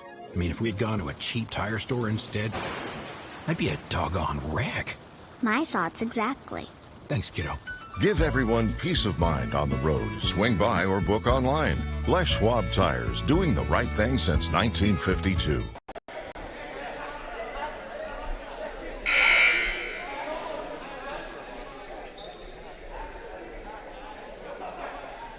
Welcome back to the Les Schwab Tires Game of the Week on mybasin.com. 24-10 the score here in the second. 3:13 left to go in the quarter. And Dick, you were telling me over the break, Garrett Short on the bench right now. He's usually the defensive anchor, but kids stepping up in his absence. That's right. The defense is just like the offense on this team. If one kid's struggling a little bit, somebody else steps up to help him out. In this case, Garrett Short's generally the defensive catalyst. He's all over the court. He's got foul trouble. He's on the bench for three. And, now you look at these other kids. Cook's doing the same thing. Macias is stepped up on defense. It's a well-rounded team. And for KU, a lot of teams preach, the next guy up. And KU right now, they are practicing next guy up. They're doing real good. And foul on the other end of the floor. As we get things started back again in the second quarter of action. 3:01 to go in the quarter. 24-10 the score. Phoenix trailing Klamath Union Pelicans. Phoenix going to inbound the ball right under their own basket. As it's going to be Talbot. Bounce pass into Olszewski. Olszewski tries to spin around, loses the handle on it. Scuffle for the ball at the right elbow. Macias comes away with it. Kicks it to Fernandez. Gets it ahead to Jacob Cook. Cook goes up with it again. 16 points for the senior tonight. 26-10. As Pablo Macias gets it, bucket to himself, goes up, lays it up and in. 28-10. 2:33 to go in the second quarter. And pass ahead to Olszewski for Phoenix. Olszewski passes it over to Talbot. Talbot tries to kick it back outside to Olszewski. Cook snipes the passing lane, knocks the ball out of bounds. And Jacob Cook, again, like we mentioned, as they try to clean up the floor real quick. I think Cookie slipped on some sweat maybe when there was that pile up on the elbow a few minutes ago. But Jacob Cook, 16 points tonight. Phoenix as a team has 10. That kind of sums up the game so far. Yeah, it does. 18-point lead. That's a good place to be. Absolutely. 2:21 to go in the second quarter. Phoenix is going to inbound the ball. On the baseline is Talbot to do so, the sophomore, standing 5'9". And I'm not quite sure what the holdup is necessarily, but we're ready to play some basketball tonight in Phoenix. Talbot to inbound. He tries to find someone. Bounce pass is intended for Harper. Stolen away by Macias. He passes it ahead to Gutierrez. Back to Macias as he takes it up. Macias pass ahead to Jacob Cook. Jacob Cook on the left side kicks it over to Gutierrez. Now to Macias between the circles. Now to Wata on the far side of the court. Back to Macias. Jacob Cook now beyond the arc. Cook crosses to his right. Kicks it back outside to Macias. Macias fakes right. Goes left. Spins to his right side. Back outside to Cook at the free throw line. Cook gets the ball stolen away from him. Pass ahead to Monroe for Phoenix. He goes up with the layup. That one rims out, no good. Ball goes out of bounds. Last touched by Phoenix. Klamath Union taking possession. And Gutierrez to inbound it to Macias. Pablo taking the ball up court. I really want to see Cook knock down a three. That would be something. Wata with it now on the right side of the court. He's guarded closely by Talbot. Gets it over to Macias, who drives to his right. Kicks it outside to Cook, who's on the right elbow. Kicks it over now to Youngena. Youngena tries to drive the baseline. Gets it knocked away by Talbot. He's in the paint. Kicks it outside to Macias beyond the three-point arc. Pablo Macias dribbles left, pulls up. Three-point bucket. It's good. He swishes it. 31-10. Klamath Union leads with 1:16 left to go in the second. Dribbling up now is Talbot. Talbot bounce pass ahead to Harper. He lays it up and in. 31-12 with 1:03 left to go in the second. Macias bringing it up. Under a minute now in the second. Macias passes it to Gutierrez. Gutierrez hassled by Monroe. Now over to Wata on the far side. Gets it inside to Gutierrez. Puts it on the deck. Tries to spin around. Bounce pass back outside to Wata. Wata dribbles to his left. Thinks about a three. Gives it to Macias. Macias, a sweet move to the rim. He had everyone on their feet and in the air. 33-12. That's 5 straight points for Macias. 30 seconds left to go now. 33-12. Klamath Union leads. We're in the second quarter. Monroe passing it inside to Bolstead for Phoenix. Bolstead tries to spin to his right side and throw it up, and Macias is tied up. And we've got conflicting calls. We've got one held ball call and one foul. And the foul, as a matter of fact, is going to be charged to, well, I couldn't quite see. Meeker. Meeker. For Phoenix. 20 seconds to go now. KU with it now. Wata on the near side. Wata spins to his left, drives the baseline, lays it up, reverse layup, and the foul. Wata on the basket. Don't see Wata drive to the rim too much, but that looks pretty. It did. Nice little reverse layup there with 8 seconds left to go in the second. 35-12, Klamath Union leads. Wata with the free throw. Drains that one, 36-12. Phoenix trying to work quickly, gets some points to take him into the break. Monroe dribbles it quickly, kicks it out to Olszewski. Olszewski, open look at three, off the back of the rim, no good, and that will take us to halftime. 36-12 the score. Klamath Union leading on the road. Halftime show coming up. We'll talk about the stats and what to see in the second half. Coming up next on the Les Schwab Tires on mybasin.com. Sure glad we went to Les Schwab. I'm glad the baby's still happy. Well, I'm just glad that along with tires, Les Schwab also does brakes, alignment, and a bunch of other safety services. I mean, if we'd gone to a cheap tire store instead, I'd be a doggone wreck. My thoughts exactly. Thanks, kiddo. Give everyone peace of mind on the road. Swing by or book online. Les Schwab Tires, doing the right thing since 1952. If you're trying to lose some weight and get in shape, Harbor Isles Tennis and Fitness Club is the best place to do it. Harbor has state-of-the-art equipment, plus certified personal trainers to help you achieve your goals safely and quickly. They also have indoor tennis and pickleball courts, and tons of group exercise classes to help you have fun while you get in shape. When you're done with your workout, stop by their smoothie bar to get a nutritious boost. See and feel the difference at Harbor Isles Tennis and Fitness Club. It's the place to be. It's tax time! And Lithia Chrysler Jeep Dodge Ram of Klamath Falls will help you make the most of your refund. Double down! Bring us your tax refund and we'll double it to use towards your down payment on your new vehicle purchase. And right now, choose from more new trucks and SUVs than ever and available 0% APR financing for up to 72 months. If you live here, you get it! Double your down payment during Ram Truck Month only at Lithia Chrysler Jeep Dodge Ram of Klamath Falls. The innocence of youth. Is there anything any better? But soon they'll be in high school and facing all the same challenges you faced. How to make friends, how to fit in, how to be cool. We want our children to have everything they'll need to live fulfilling and productive lives. Make sure the kids in your family are among the more than 120,000 participants here in Oregon who take part in high school sports or activities.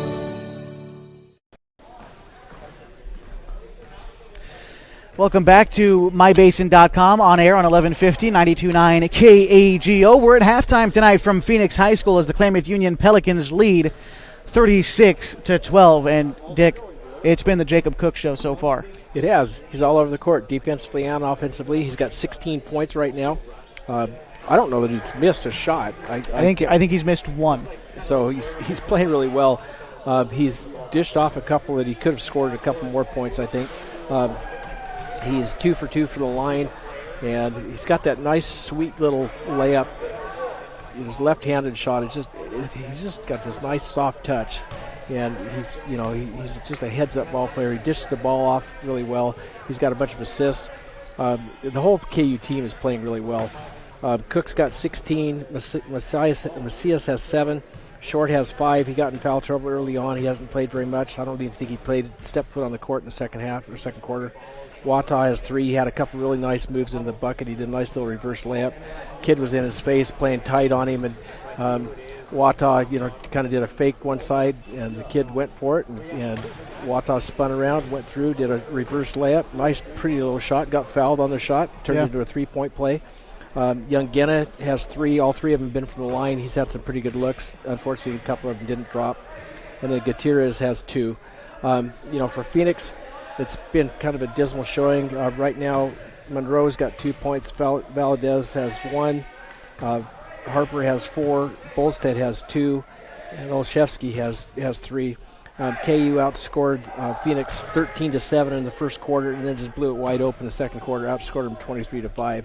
So the differential right now is a 24-point lead for KU, and they're looking good. The coach has got to be really happy with the way they're playing. It's unselfish ball, really aggressive defense, taking care of the ball on the offensive side, and crashing the boards on the defensive side. So that's a good thing to watch. Absolutely, and I tried to squeak it in there in the middle of the second quarter, but exactly like you said, and it's both the offensive and defensive side for KU, it has been next man up all season long, and even going into last year. A lot of teams say, you know what, it's next guy up for us.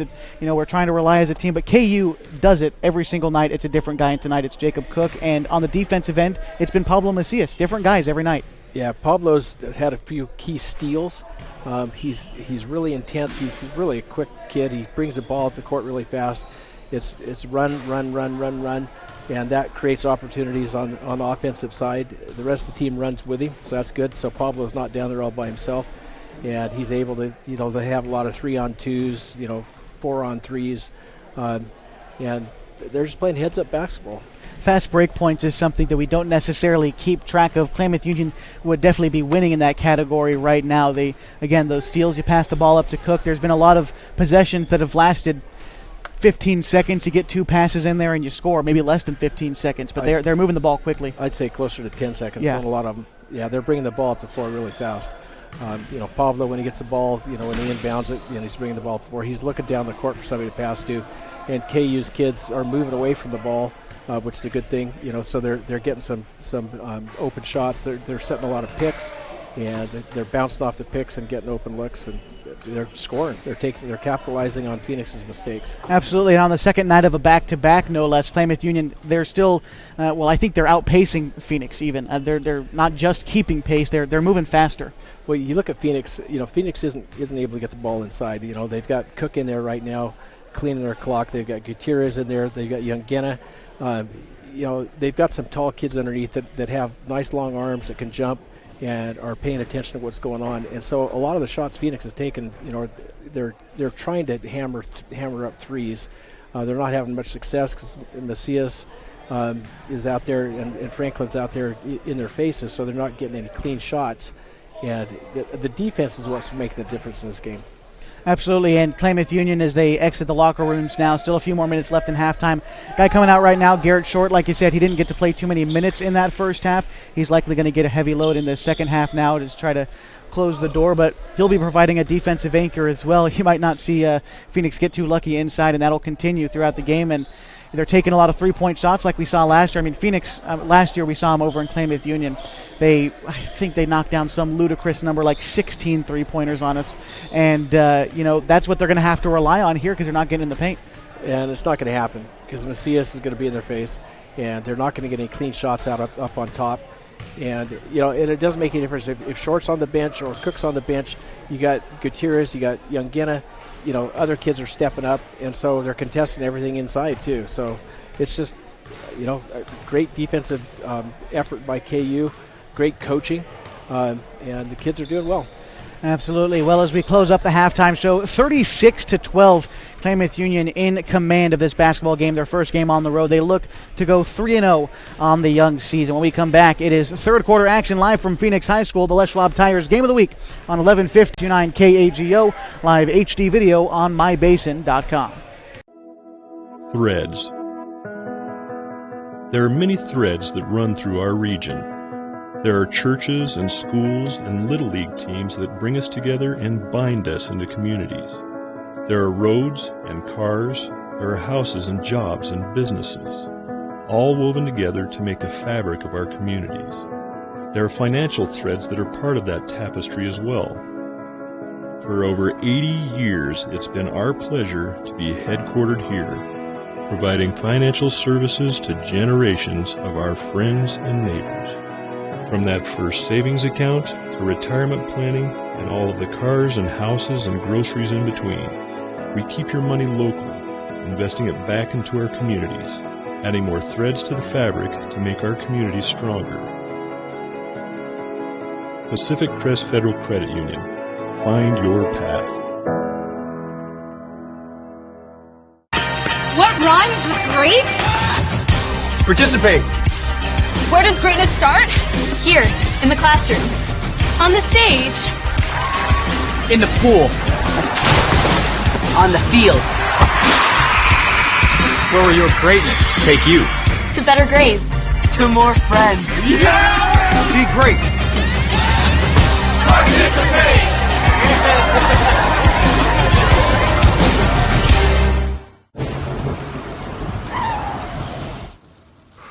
Sure glad we went to Les Schwab. I'm glad the baby's still happy. Well, I'm just glad that along with tires, Les Schwab also does brakes, alignment, and a bunch of other safety services. I mean, if we'd gone to a cheap tire store instead, I'd be a doggone wreck. My thoughts exactly. Thanks, kiddo. Give everyone peace of mind on the road. Swing by or book online. Les Schwab Tires, doing the right thing since 1952. KAGO. The score after one half is 36-12, and Garrett Short and Jacob Cook likely to get heavy minutes here in the second half. What do you expect to see from KU coming into this third quarter? I think we're going to see more of what we saw in the first two quarters. I think we're going to see Cook driving to the bucket, scoring with either hand. I think we're going to see Garrett, cleaning up around the board and scoring some buckets off rebounds. And I think we're going to see Macias dishing the ball into the big guys in the paint. Well, we're hoping for more of the same. 36-12 coming into the third quarter as Phoenix coming out of the locker room just a little bit late. They are 0-2 on the season right now, and losing to St. Mary's and losing to Mazama last night. The Vikings ended up taking one off the Pirates 66-45, and as they try to search for their first win of the season, Klamath Union a chance to go 3-0, and that's something that can't be overstated, especially in a tough conference like the Skyline Conference. You got teams like Mazama, like Hidden Valley to worry about, and if you can get out to a fast start, you start to separate yourself early. That could go a long way. It could. You know, momentum's everything, and the kids are playing with confidence. They're showing who's in charge right now. Getting ready for the beginning of the third quarter. On the floor for the Pelicans is Javin Zumwalt, Garrett Short, Aaron Franklin, Jacob Cook, and Vaughn Wata. Wata now on the far side gets it into Cook. Cook cross-court pass to Franklin. Franklin dishes it to Zumwalt. Zumwalt dribbles to his right, goes left, now pass out to Franklin. Franklin fires up a three-point shot, no good. Rebound to Short. Short passes it inside to Cook. Cook in the double team.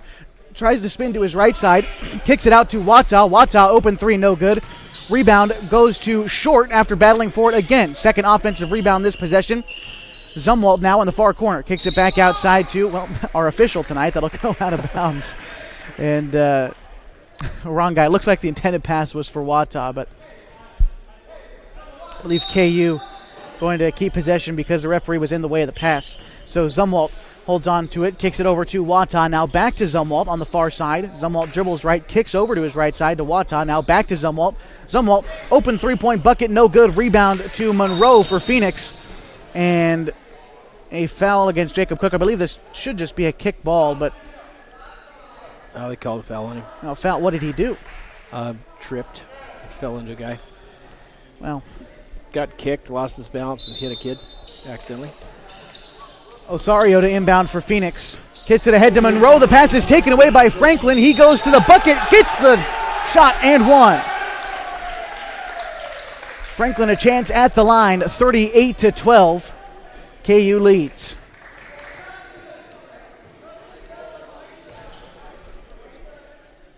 Franklin at the line didn't get a whole lot of playing time in that first half as he collected 2 fouls early. But now a chance to pad those stats a little bit, get a free throw, and at least an attempt. Is Aaron Franklin. Free throw is good. 39-12. KU leads. Inbound pass goes to Talbot, back to Olszewski, now to Osario. Osario dribbles over, now gives it to Monroe. Monroe going to his right side, kicks it outside to Talbot, who crosses left. Hands it off to Osario, takes a free throw line jumper and is fouled. And the foul will be charged to Wata.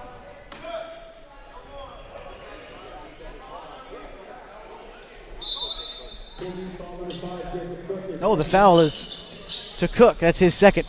Pass goes inside to Bolstad. Bolstad pump fakes, gets short off the ground, and goes up to follow-up shot. 39-14. Klamath Union working quickly on the other end. It's Franklin now, kicks it back outside to Zumwalt. Zumwalt over to Wata. Wata, bounce pass into Cook, is snatched away by Monroe for Phoenix as they take it up the other side. Monroe out to Talbot. Talbot is going to be fouled by Zumwalt.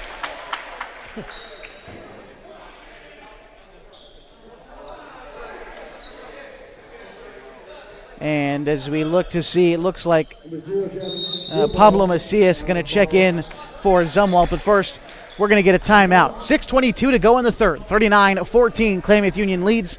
You've got the Les Schwab Tires Game of the Week on 1150, 92.9 KAGO. Live video on mybasin.com. If you're trying to lose some weight and get in shape, Harbor Isles Tennis and Fitness Club is the best place to do it. Harbor has state-of-the-art equipment, plus certified personal trainers to help you achieve your goals safely and quickly. They also have indoor tennis and pickleball courts, and tons of group exercise classes to help you have fun while you get in shape. When you're done with your workout, stop by their smoothie bar to get a nutritious boost. See and feel the difference at Harbor Isles Tennis and Fitness Club. It's the place to be. Welcome back to the Les Schwab Tires Game of the Week on mybasin.com. Also on air, 1150, 92.9 KAGO. 39-14, the score about halfway through the third quarter. 6:22 left on the clock. Game is kind of slowed down coming out of the break, but expect the pace to pick back up, don't you think? I think so, yeah. I know KU wants to run it. You know, Phoenix is trying to work in shots inside. They've had a little bit of success, but I think KU is going to shut them down. Monroe to inbound. He kicks it over to Osario, tries to get it into Ballstad, saves the ball from going out of bounds, but Short is going to pick it up. Garrett Short dribbling up, nice pass to Cook, who goes up with it, scores the basket, 41-14. KU now leads, 6:07 to go in the third. Bringing it up is Olszewski. Olszewski over to Talbot. Talbot over to Monroe. Monroe to Talbot. Back over to Osario. Now on the far side to Ballstad. Ballstad tries to dribble to his right. Kicks it back to Talbot, who's picked up by Macias. Now back over to Osario. Trying to slow the offense down. Almost dribbles it off his own foot, but collects it himself. And now Olszewski into Ballstad near side. Olszewski takes the screen, gets it inside to Monroe. Bounce pass back. Olside to Olszewski. Gets Garrett Short off his feet. Throws up the shot. It's no good. Rebound Jacob Cook.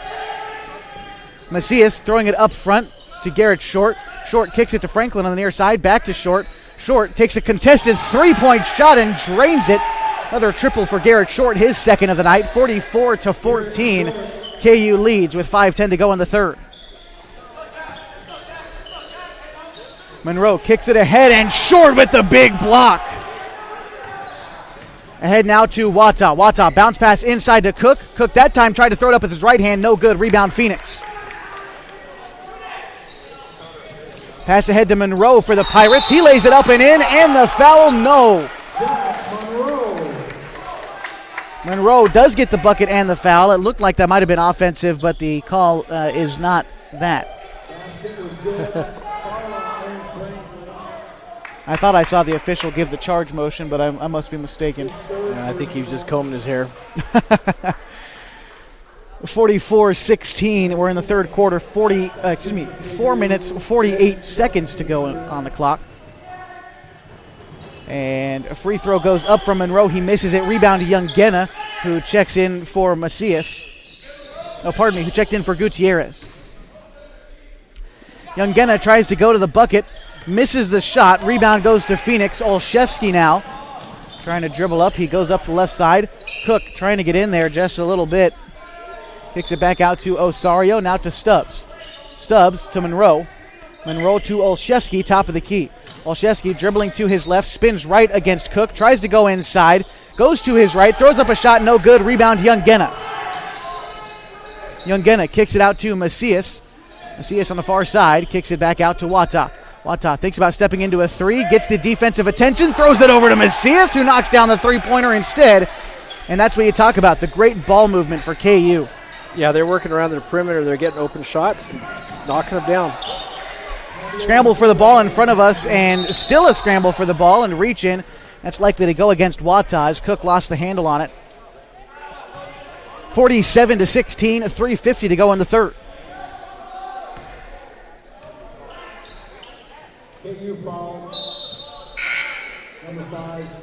Another foul on Jacob Cook, and I believe that's his third foul. Timeout called, 3:50 left on the clock, 47-16 to go in the third. Klamath Union leads.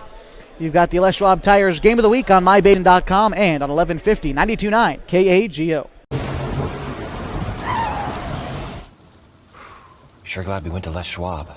I'm glad the baby's still happy.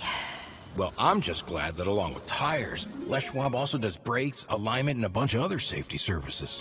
I mean, if we'd gone to a cheap tire store instead, I'd be a doggone wreck. My thoughts exactly. Thanks, kiddo. Give everyone peace of mind on the road. Swing by or book online. Les Schwab Tires, doing the right thing since 1952. We're in the third quarter of a 47-16 ball game. Klamath Union leading the Phoenix Pirates. 3:50 left to go in this third quarter, and the Klamath Union, leading big at halftime. They've not taken their foot off the gas. I don't know if they've taken their foot off their gas. They just haven't had some shots drop. Yeah. They're still playing with some intensity. Their defense, you watch them, they're trying to steal the ball. I think they're taking more time to try to get an open shot. Maybe you misheard me. I said they haven't taken the foot I off the thought you gas. said They're they still had. playing I'm hard. sorry. No, they're still playing hard defense, and I think that's the point. As Phoenix starts with the ball, inbound pass goes into Stubbs. He bounces it into Monroe, throws up a shot, no good. Wata with the rebound. Wata kicks it out to Cook. Cook on the left side, trying to go to work against Olszewski, kicks out to Macias. Macias finds Wata, who gets Youngena right under the basket. 49-16 after the Youngena layup. 3:30 to go in the third. KU leads. That was a nice pass. Harper kicks it over to Monroe on the far side, gets it into Stubbs, who dribbles right, kicks it back out to Monroe. Monroe guarded by Youngena, kicks it to Harper. Harper, top of the key, right between the circles, back over to Stubbs. Stubbs now back to Monroe. Pass to Harper. Wata tried to get in there. Allows Harper to drive right to the basket. Nice little layup. 49-18. Klamath Union still leads. 3:03 to go in the third. Garrett Short. Pass over to Wata. Wata now in the double team. Over to Short. Short finds Macias. Gets it over to Youngena. No, he decides to fake that pass. Bounces it into Wata, and the ball movement has been great in this quarter. 51-18.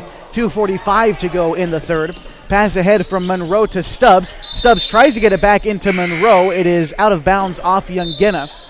And, Dick, I think a lot of this great ball movement has come from Phoenix trying to double team, but leaving a guy open in the paint these last two possessions. Yeah, they've been KU's had two possessions in a row where they've had somebody standing in the paint with nobody within 10 feet of me, basically. All right. Easy bucket that way.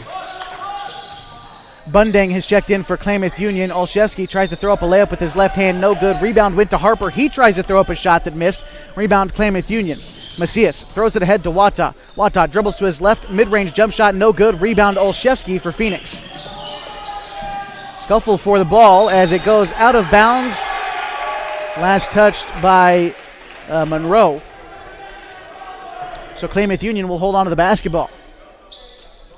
Pablo Macias, he is taking on that pest role tonight on the defensive end. Takes the inbound pass, gets it to Short. Back to Macias, gets it to Bundang on the far side. Now to Wata. Wata in the double team, passes it cross court to Macias. Inside to Short. Short puts it on the deck, takes the foul, and gets the bucket. He's a tough kid. He is. He got hammered on that one. Still managed to knock it down. 53-18, 2:07 to go in the third. Another substitution coming in for KU. And Will after the free throw, I think.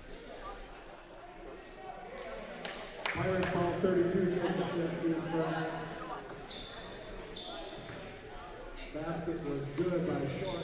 He'll shoot one. Short with the free throw. It bounces off the rim. Finds its way through the hoop, 54-18. Substitutions coming in for the Pels. Garrett Short takes a seat on the bench. 2:07 to go in the third, 54-18. Pass over to Harper. Harper tries to dribble to his right on the right side, turns around with a shot. That was a nice little bank shot there. 54-20 now. KU still ahead, 2:07 to go in the third. Bundang with it on the far side. Bundang to Wata. Wata crosses to his right, back outside to Bundang. Bundang tries to dribble the baseline, almost got the ball stolen from him, but instead it's a foul against Valdez.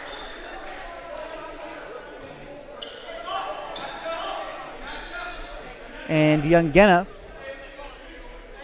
is going to inbound the ball. Youngena inbounds to Macias. Back outside to Bundang. Bundang, three-point jump shot off the rim, no good. Rebound Wata. Klamath Union staying with it. Kicks it out to Macias. Macias drives the baseline. Knocks down the shot. 56-20. Under 2 minutes to go now. Klamath Union leads in the third. And the shot will go out of bounds.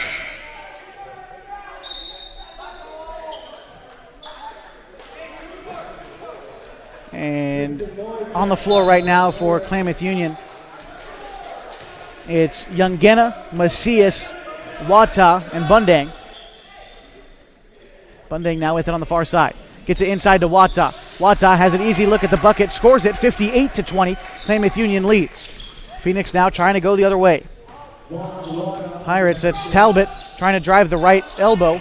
Kicks it outside to Valdez. Valdez finding Harper. Harper drives the right to the bucket and lays it up and in. And I believe Harper got fouled on his way to the bucket, so he'll get a chance at a three-point play here. This is a late whistle that came out.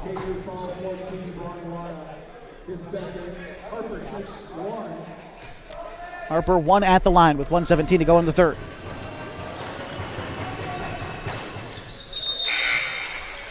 The shot falls. 58-23 the score now. Klamath Union leads. Carter Morrison checks in for the Pirates. Macias running the point for KU. Kicks it over to Bundang. Bundang trying to find the inside pass. Instead, is going to find Macias with it, still beyond the arc. Macias dribbles with his right hand, bounce pass into Youngena. Youngena goes up with it, fadeaway jump shot, no good, rebound Phoenix. Going all the way to the bucket is Harper. He stops on the pump fake, then lays it up and in, 58-25. Macias over to Wata. Wata answers with a three-point bucket, 61-25 KU, 41 seconds to go in the third. With it now for Phoenix. That was Harper. Now Valdez. Valdez driving to the bucket. He gets fouled on the shot, so he'll get two at the line. 28 seconds to go in the third. Klamath Union up big, 61-25. And in a team that is looking for a state championship berth, this is the kind of performance you want. Makes people stand up and take notice. Absolutely it does. So the standings, to rank them in first, it takes into consideration the points that our team scores, our teams score against them too, right? Basically, from my understanding, at least 4A, which Klamath Union obviously a part of the 4A, it's just the whole thing was put together by the Forest Grove, it's not Forest Grove, sorry, Marshfield athletic director, Greg Mulkey, and basically what happens is coaches vote on who they think should be the 8 teams in the playoffs. As the bucket from Harper is good, 28-61 now as KU leads. So we'll talk about that coming up a little bit in the fourth quarter and in between quarters. And Wata passes it over to Bundang. 10 seconds now. Back over to Wata. Wata dribbles to his right. Over to Macias. Now to Bundang. Bundang, 4 seconds left. Has the pass knocked away. Macias has to dribble into a long three-point attempt, and it's no good. 61-28 the score after 3 quarters. Klamath Union leads. You've got the Les Schwab Tires Game of the Week on 92.9 KAGO. Live video on mybasin.com. Threads. There are many threads that run through our region. There are churches and schools and Little League teams that bring us together and bind us into communities. There are roads and cars. There are houses and jobs and businesses, all woven together to make the fabric of our communities. There are financial threads that are part of that tapestry as well. For over 80 years, it's been our pleasure to be headquartered here, providing financial services to generations of our friends and neighbors. From that first savings account to retirement planning and all of the cars and houses and groceries in between, we keep your money local, investing it back into our communities, adding more threads to the fabric to make our communities stronger. Pacific Crest Federal Credit Union. Find your path.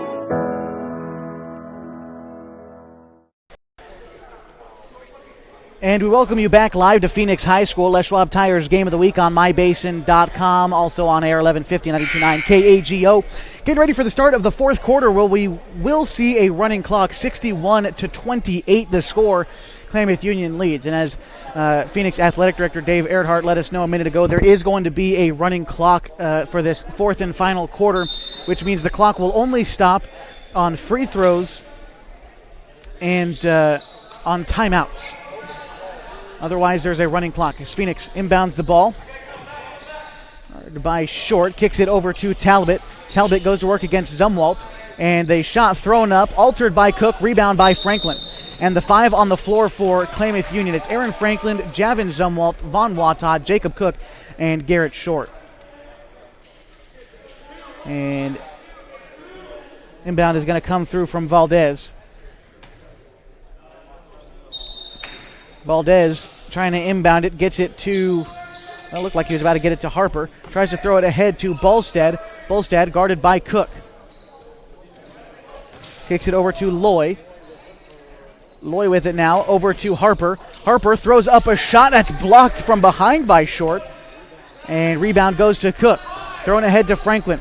Franklin out to Wata. Wata fakes a three-point bucket, drives the baseline, kicks it out, and is fouled before the shot attempt. Well, there was no shot attempt. He tried to throw it out to Zumwalt. And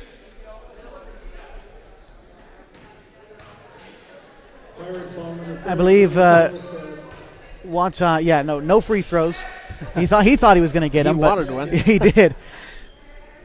7 team fouls for Klamath Union, 5 for Phoenix, as Garrett Short inbounds the ball. Short kicks it out to Zumwalt beyond the arc, over to Wata, now to Franklin, back to Wata. Wata thinks about stepping into a three-point shot, takes a shot just inside the arc. That'll be a 2-point bucket, 63-28, 6:18 to go in the fourth. Phoenix with it now. Loy kicks it back outside to Talbot. Talbot drives the paint, kicks it back outside to Loy. Loy fakes with his left hand, passes it back outside to Harper. Harper with the baseline mid-range jump shot off the front of the rim, no good. Rebound by Cook, and wrestled for a little bit there as Zumwalt takes it ahead. Front court over to Cook, now to Wata. Wata to Short in the corner. Back out to Wata. 3-point shot, no good. Rebound is last touched by Cook as it goes out of bounds. And as Phoenix inbounds the ball, Dick, you talked about the playoff situation. I got a brief chance to explain it. Marshfield Athletic Director Greg Mulkey, he wanted a state tournament for basketball this year. The OSAA decided against it. They're doing a culminating week.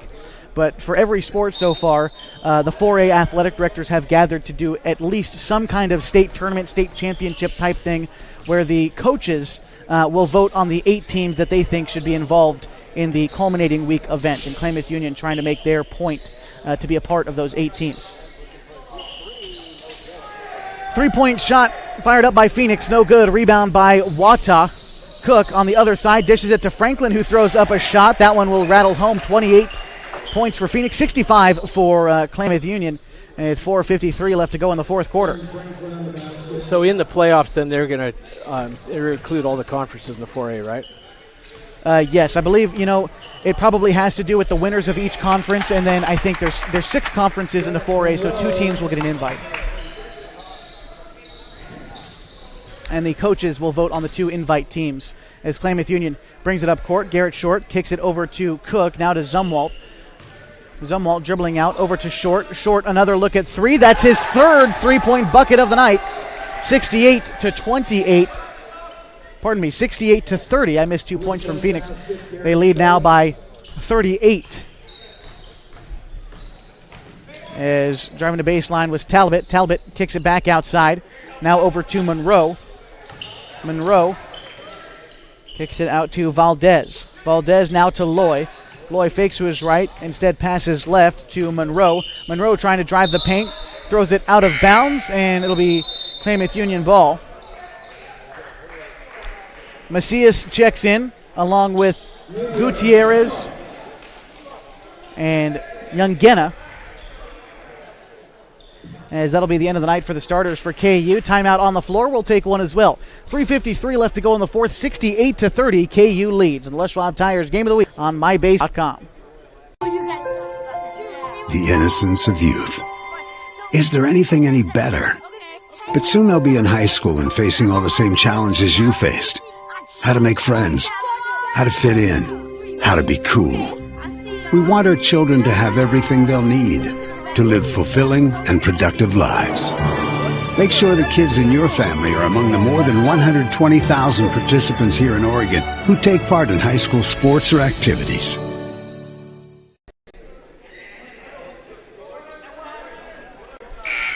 Fourth quarter, 68-30 the score. Klamath Union leads. And Dick, we were talking about the kind of state championship event, and sort of explaining it. The winners of each conference will get a berth into this 8-team thing that the 4A athletic directors have drawn up. 2 teams get an invite. So Klamath Union, very much in control of their own destiny. Last year they didn't win the conference, but they were voted into the playoffs.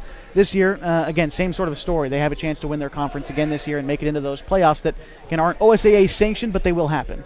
Well, I really hope it does. I know last year you were actually headed up to, you were probably 2/3 the way to Portland. I was. When they shot you out of the water. I was I think I was just outside of Schmaltz. So hopefully, things like that, hopefully they have a playoff this year, and we're actually able to go watch some of it. Absolutely.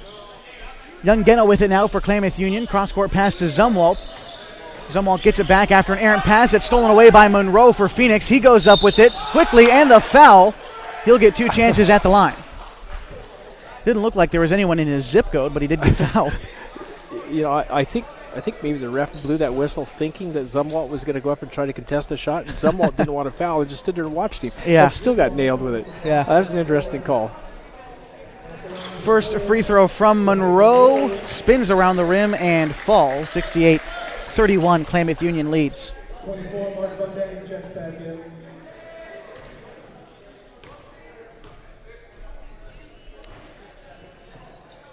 Second free throw is good, 68-32. Pass ahead to Zumwalt, back to Macias for KU. Back now to Young Genna. Young Genna to Gutierrez. Gutierrez being pressured by Bolstad, passes it over to Macias. Now to Zumwalt. Zumwalt bounce between the legs over to Bundang now. Bundang pass out to Young Genna, tipped by Monroe. Young Genna gathers it in the backcourt. He tipped it. Young Genna tipped the ball. It doesn't matter. There's 2:33 in a game left that's still all but over, but that is in fact, that was a call that was made. That was interesting. That's the word you like, right, Dick? Interesting? Interesting, yeah. The old Carger ref looked at the young one and just made that call and put his hands like this and kind of shook his head. Shot goes up on the other side for Phoenix, out of bounds on KU. 2:07 and counting in the fourth quarter. 68-32. That was just funny. The tip ball, that was interesting. Inbound pass coming for Phoenix. It's Valdez. He kicks it out to Monroe. Monroe back to Talbot. Talbot now to Monroe. Monroe now over to Loy. Loy fakes to his right, goes left. In fact, passes left to Talbot. Talbot hit at the free throw line and fouled by Zumwalt. And Talbot will be shooting 1-1 at the line. 68-32, a minute 34, and Dick, as this game winds down, Klamath Union will have 1 day off after back-to-back, and then welcoming Hidden Valley on Friday. And, no disrespect to St. Mary's, North Valley, or Phoenix, but the real test comes on Friday, the first one of the season for KU. That's right. Hidden Valley's coming off a win against Henley, which was a tough and contested game. They're going to be looking to prove something. KU wants to solidify their status at the top of the rankings. I'm looking forward to that game. Absolutely. Free throw is good. It's interesting that it was such a low-scoring game against Henley. And because I've had kids play at Henley, I doubt that was the coaching method from Henley. I think that was probably Hidden Valley. I think it probably just slowed it down. Well, and Hidden Valley also playing Mazama tomorrow night, so we're going to see the Mustangs on the second night of a back-to-back as well. And Monroe takes the pass away. That was front court. Macias picks Monroe's pocket, goes to the bucket, and fights through the contact. He's fouled. Macias threw his hands up before he even hit the ground, waiting for the foul call, and the whistle came a little bit late, but I think he thought he wasn't going to get it. Yeah, well, it wouldn't be surprising. Minute 24 to go in the fourth, 68-34. And Macias at the line makes the first one.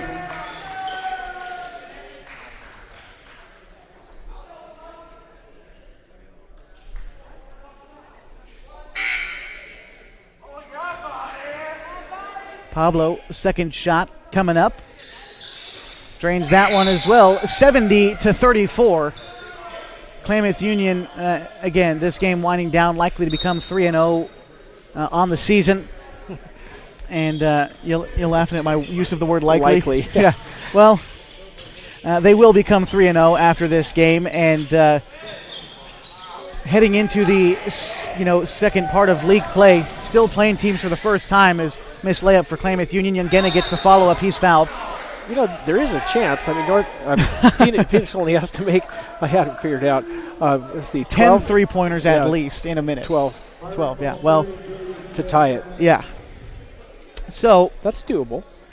Yeah. I don't know about that one. Klamath Union has doubled the scoring output of Phoenix tonight, and that's the statement win I think that the Pelicans were looking for.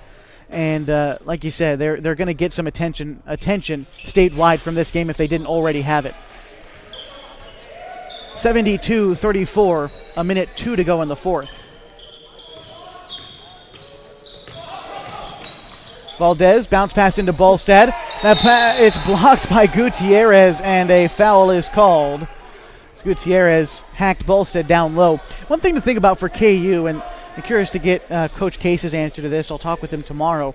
But, with wins like this, last year Klamath Union was kind of the scrappy underdog that came up and played really well. They didn't have the target on their back, but this year they might. And curious to see how that pressure might change how they play or anything like that. But with the target on their back, it definitely changes the dynamic in practices and in games when teams are coming after you, I think. They have a target on the back, but I don't think it's going to bother them. I think it's kind of deal where they're going to think, okay, you guys want this, you have to take it from us, and so they're going to play with the same kind of intensity. And I don't think they're going to get rattled. I think they walk out on the court with the expectation of winning every game they play, and that's something to be said for their coaching. It's something to be said for the attitude of the kids. A foul is called on Klamath Union as play resumes. That one on Yangena. 30 seconds left to go in the fourth quarter. KU up 72-35. Quite a few fouls called in this last minute of a game with running clock. And 10 team fouls for KU, 7 for Phoenix, as the first free throw is good for Osario.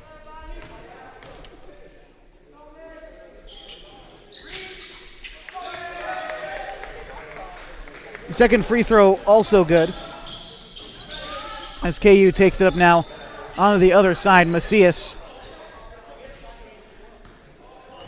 thinks he might just dribble this one out in the last 18 seconds of the game.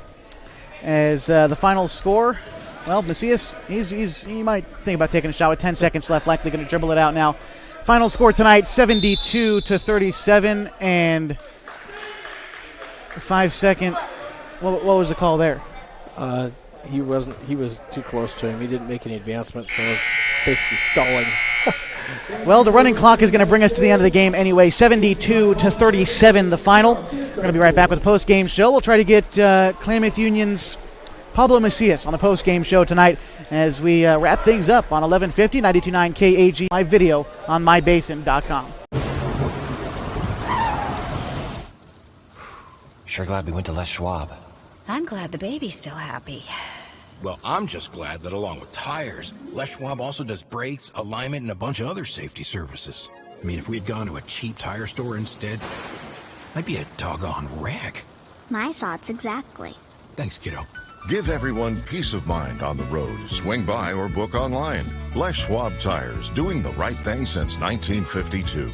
If you're trying to lose some weight and get in shape, Harbor Isles Tennis and Fitness Club is the best place to do it. Harbor has state-of-the-art equipment, plus certified personal trainers to help you achieve your goals safely and quickly. They also have indoor tennis and pickleball courts, and tons of group exercise classes to help you have fun while you get in shape. When you're done with your workout, stop by their smoothie bar to get a nutritious boost. See and feel the difference at Harbor Isles Tennis and Fitness Club. It's the place to be. It's tax time! And Lithia Chrysler Jeep Dodge Ram of Klamath Falls will help you make the most of your refund. Double down! Bring us your tax refund and we'll double it to use towards your down payment on your new vehicle purchase. And right now, choose from more new trucks and SUVs than ever and available 0% APR financing for up to 72 months. If you live here, you get it! Double your down payment during Ram Truck Month only at Lithia Chrysler Jeep Dodge Ram of Klamath Falls. Oh, you gotta talk about that. the innocence of youth. Is there anything any better? But soon they'll be in high school and facing all the same challenges you faced. How to make friends, how to fit in, how to be cool. We want our children to have everything they'll need to live fulfilling and productive lives. Make sure the kids in your family are among the more than 120,000 participants here in Oregon who take part in high school sports or activities.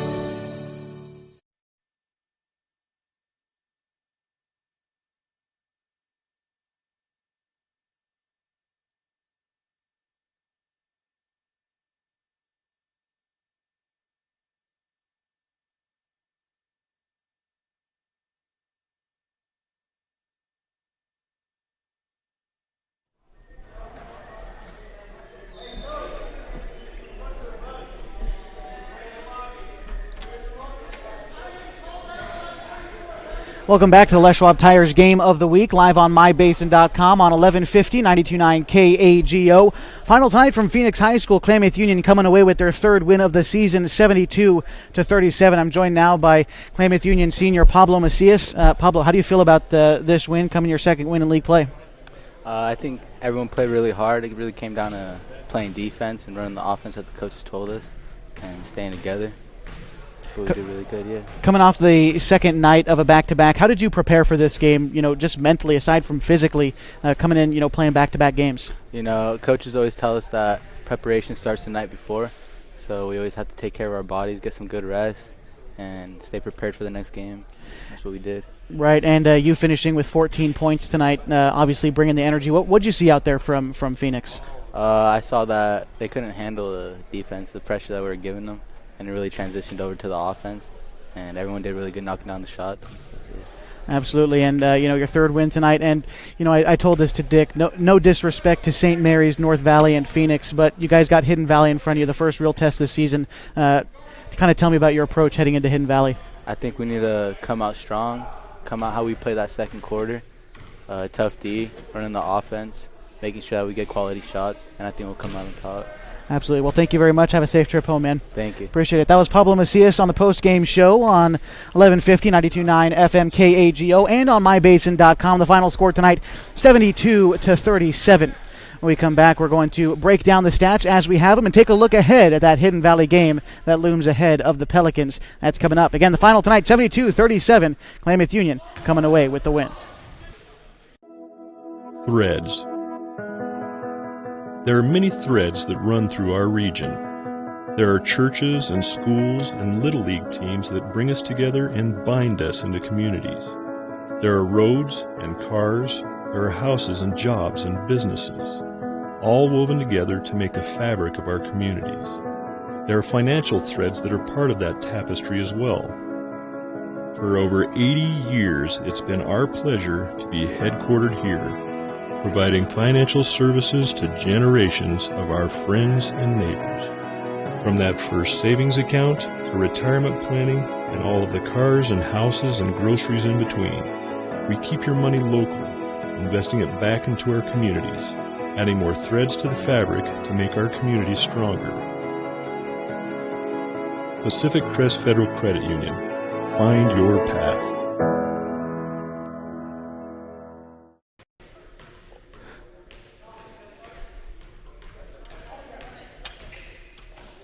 Welcome back to Les Schwab Tires Game of the Week on mybasin.com. Final tonight, 72-37, and Klamath Union coming away with the win. Second half was a little bit different than the first in terms of who scored for KU, but that first half definitely led in part by Jacob Cook and continued that throughout the game. Yeah, Jacob played really hard. Short played really hard the few minutes he was on the court. Macias played hard. The whole team played hard. As far as scoring goes, we'll run down North Valley. Phoenix. I'm stuck on the North Valley thing. Back-to-backs are tough, Dick. We're not trained for them. Yeah, I'm not trained for any of it. So running down the Phoenix scoreboard, Harper had 15, Monroe had 8, Olszewski had 5, Talbot 2, Valdez 1, and Osorio 2. For KU, Franklin had 5, Cook had, can't read my rating, 18, Macias had 14, Short had 14, Wata had 12, had some really nice shots in there for a while. Youngena had 7, and Gutierrez had 2. So pretty good scoring. Yeah, Klamath Union really within the team kind of spreading the love tonight. Everyone getting a piece of a 72-37 win for Klamath Union. They improved to 3-0 on the season, and now look ahead to Hidden Valley, which I think is the first real test of the season. But they look good heading into it. Yeah, they do. You know, if they play like they did tonight, you know, if they're running and gunning and knocking down some shots, you know, if Hidden Valley is the one that was intentionally slowing down the pace of the Henley Hidden Valley game, if KU can get them out of their game set, their mindset, it might break things wide open, and we could see, you know, a really nice scoring game for KU, and hopefully Hidden Valley know. Absolutely. Well, that comes up on Friday. Again, the final tonight is going to be 72-37. Klamath Union improving to 3-0 on the season. They are atop the Skyline Conference, followed closely by Hidden Valley and Mazama, both of them 1-0 in league play. Henley, North Valley, and Phoenix. Henley and North Valley 0-1 in league play. Phoenix now 0-2. They round out the Skyline Conference. We see Hidden Valley on Friday. Hope you join us for that broadcast on mybasin.com, also on 1150, 92.9 KAGO. Girls contest starts at 6 o'clock with a 5:45 pregame show on mybasin.com, so hope that you join us for that one. To watch an archived replay of this event, simply log on to mybasin.com and click on Watch. Mybasin.com is your home for everything going on in the Basin, from news, sports, special events, and everything in between. Check us out online at mybasin.com. I'd like to extend a special thank you to Phoenix Athletic Director Dave Earhart tonight for setting us up and getting everything rolling for us tonight. Wish Coach Ed Case, the Klamath Union Pelicans, and his coaching staff, his players, a safe drive home. For Rob Sims, my program director, and Dick North, who is with me tonight, I'm Josh Eldridge. Good night from Phoenix, Oregon.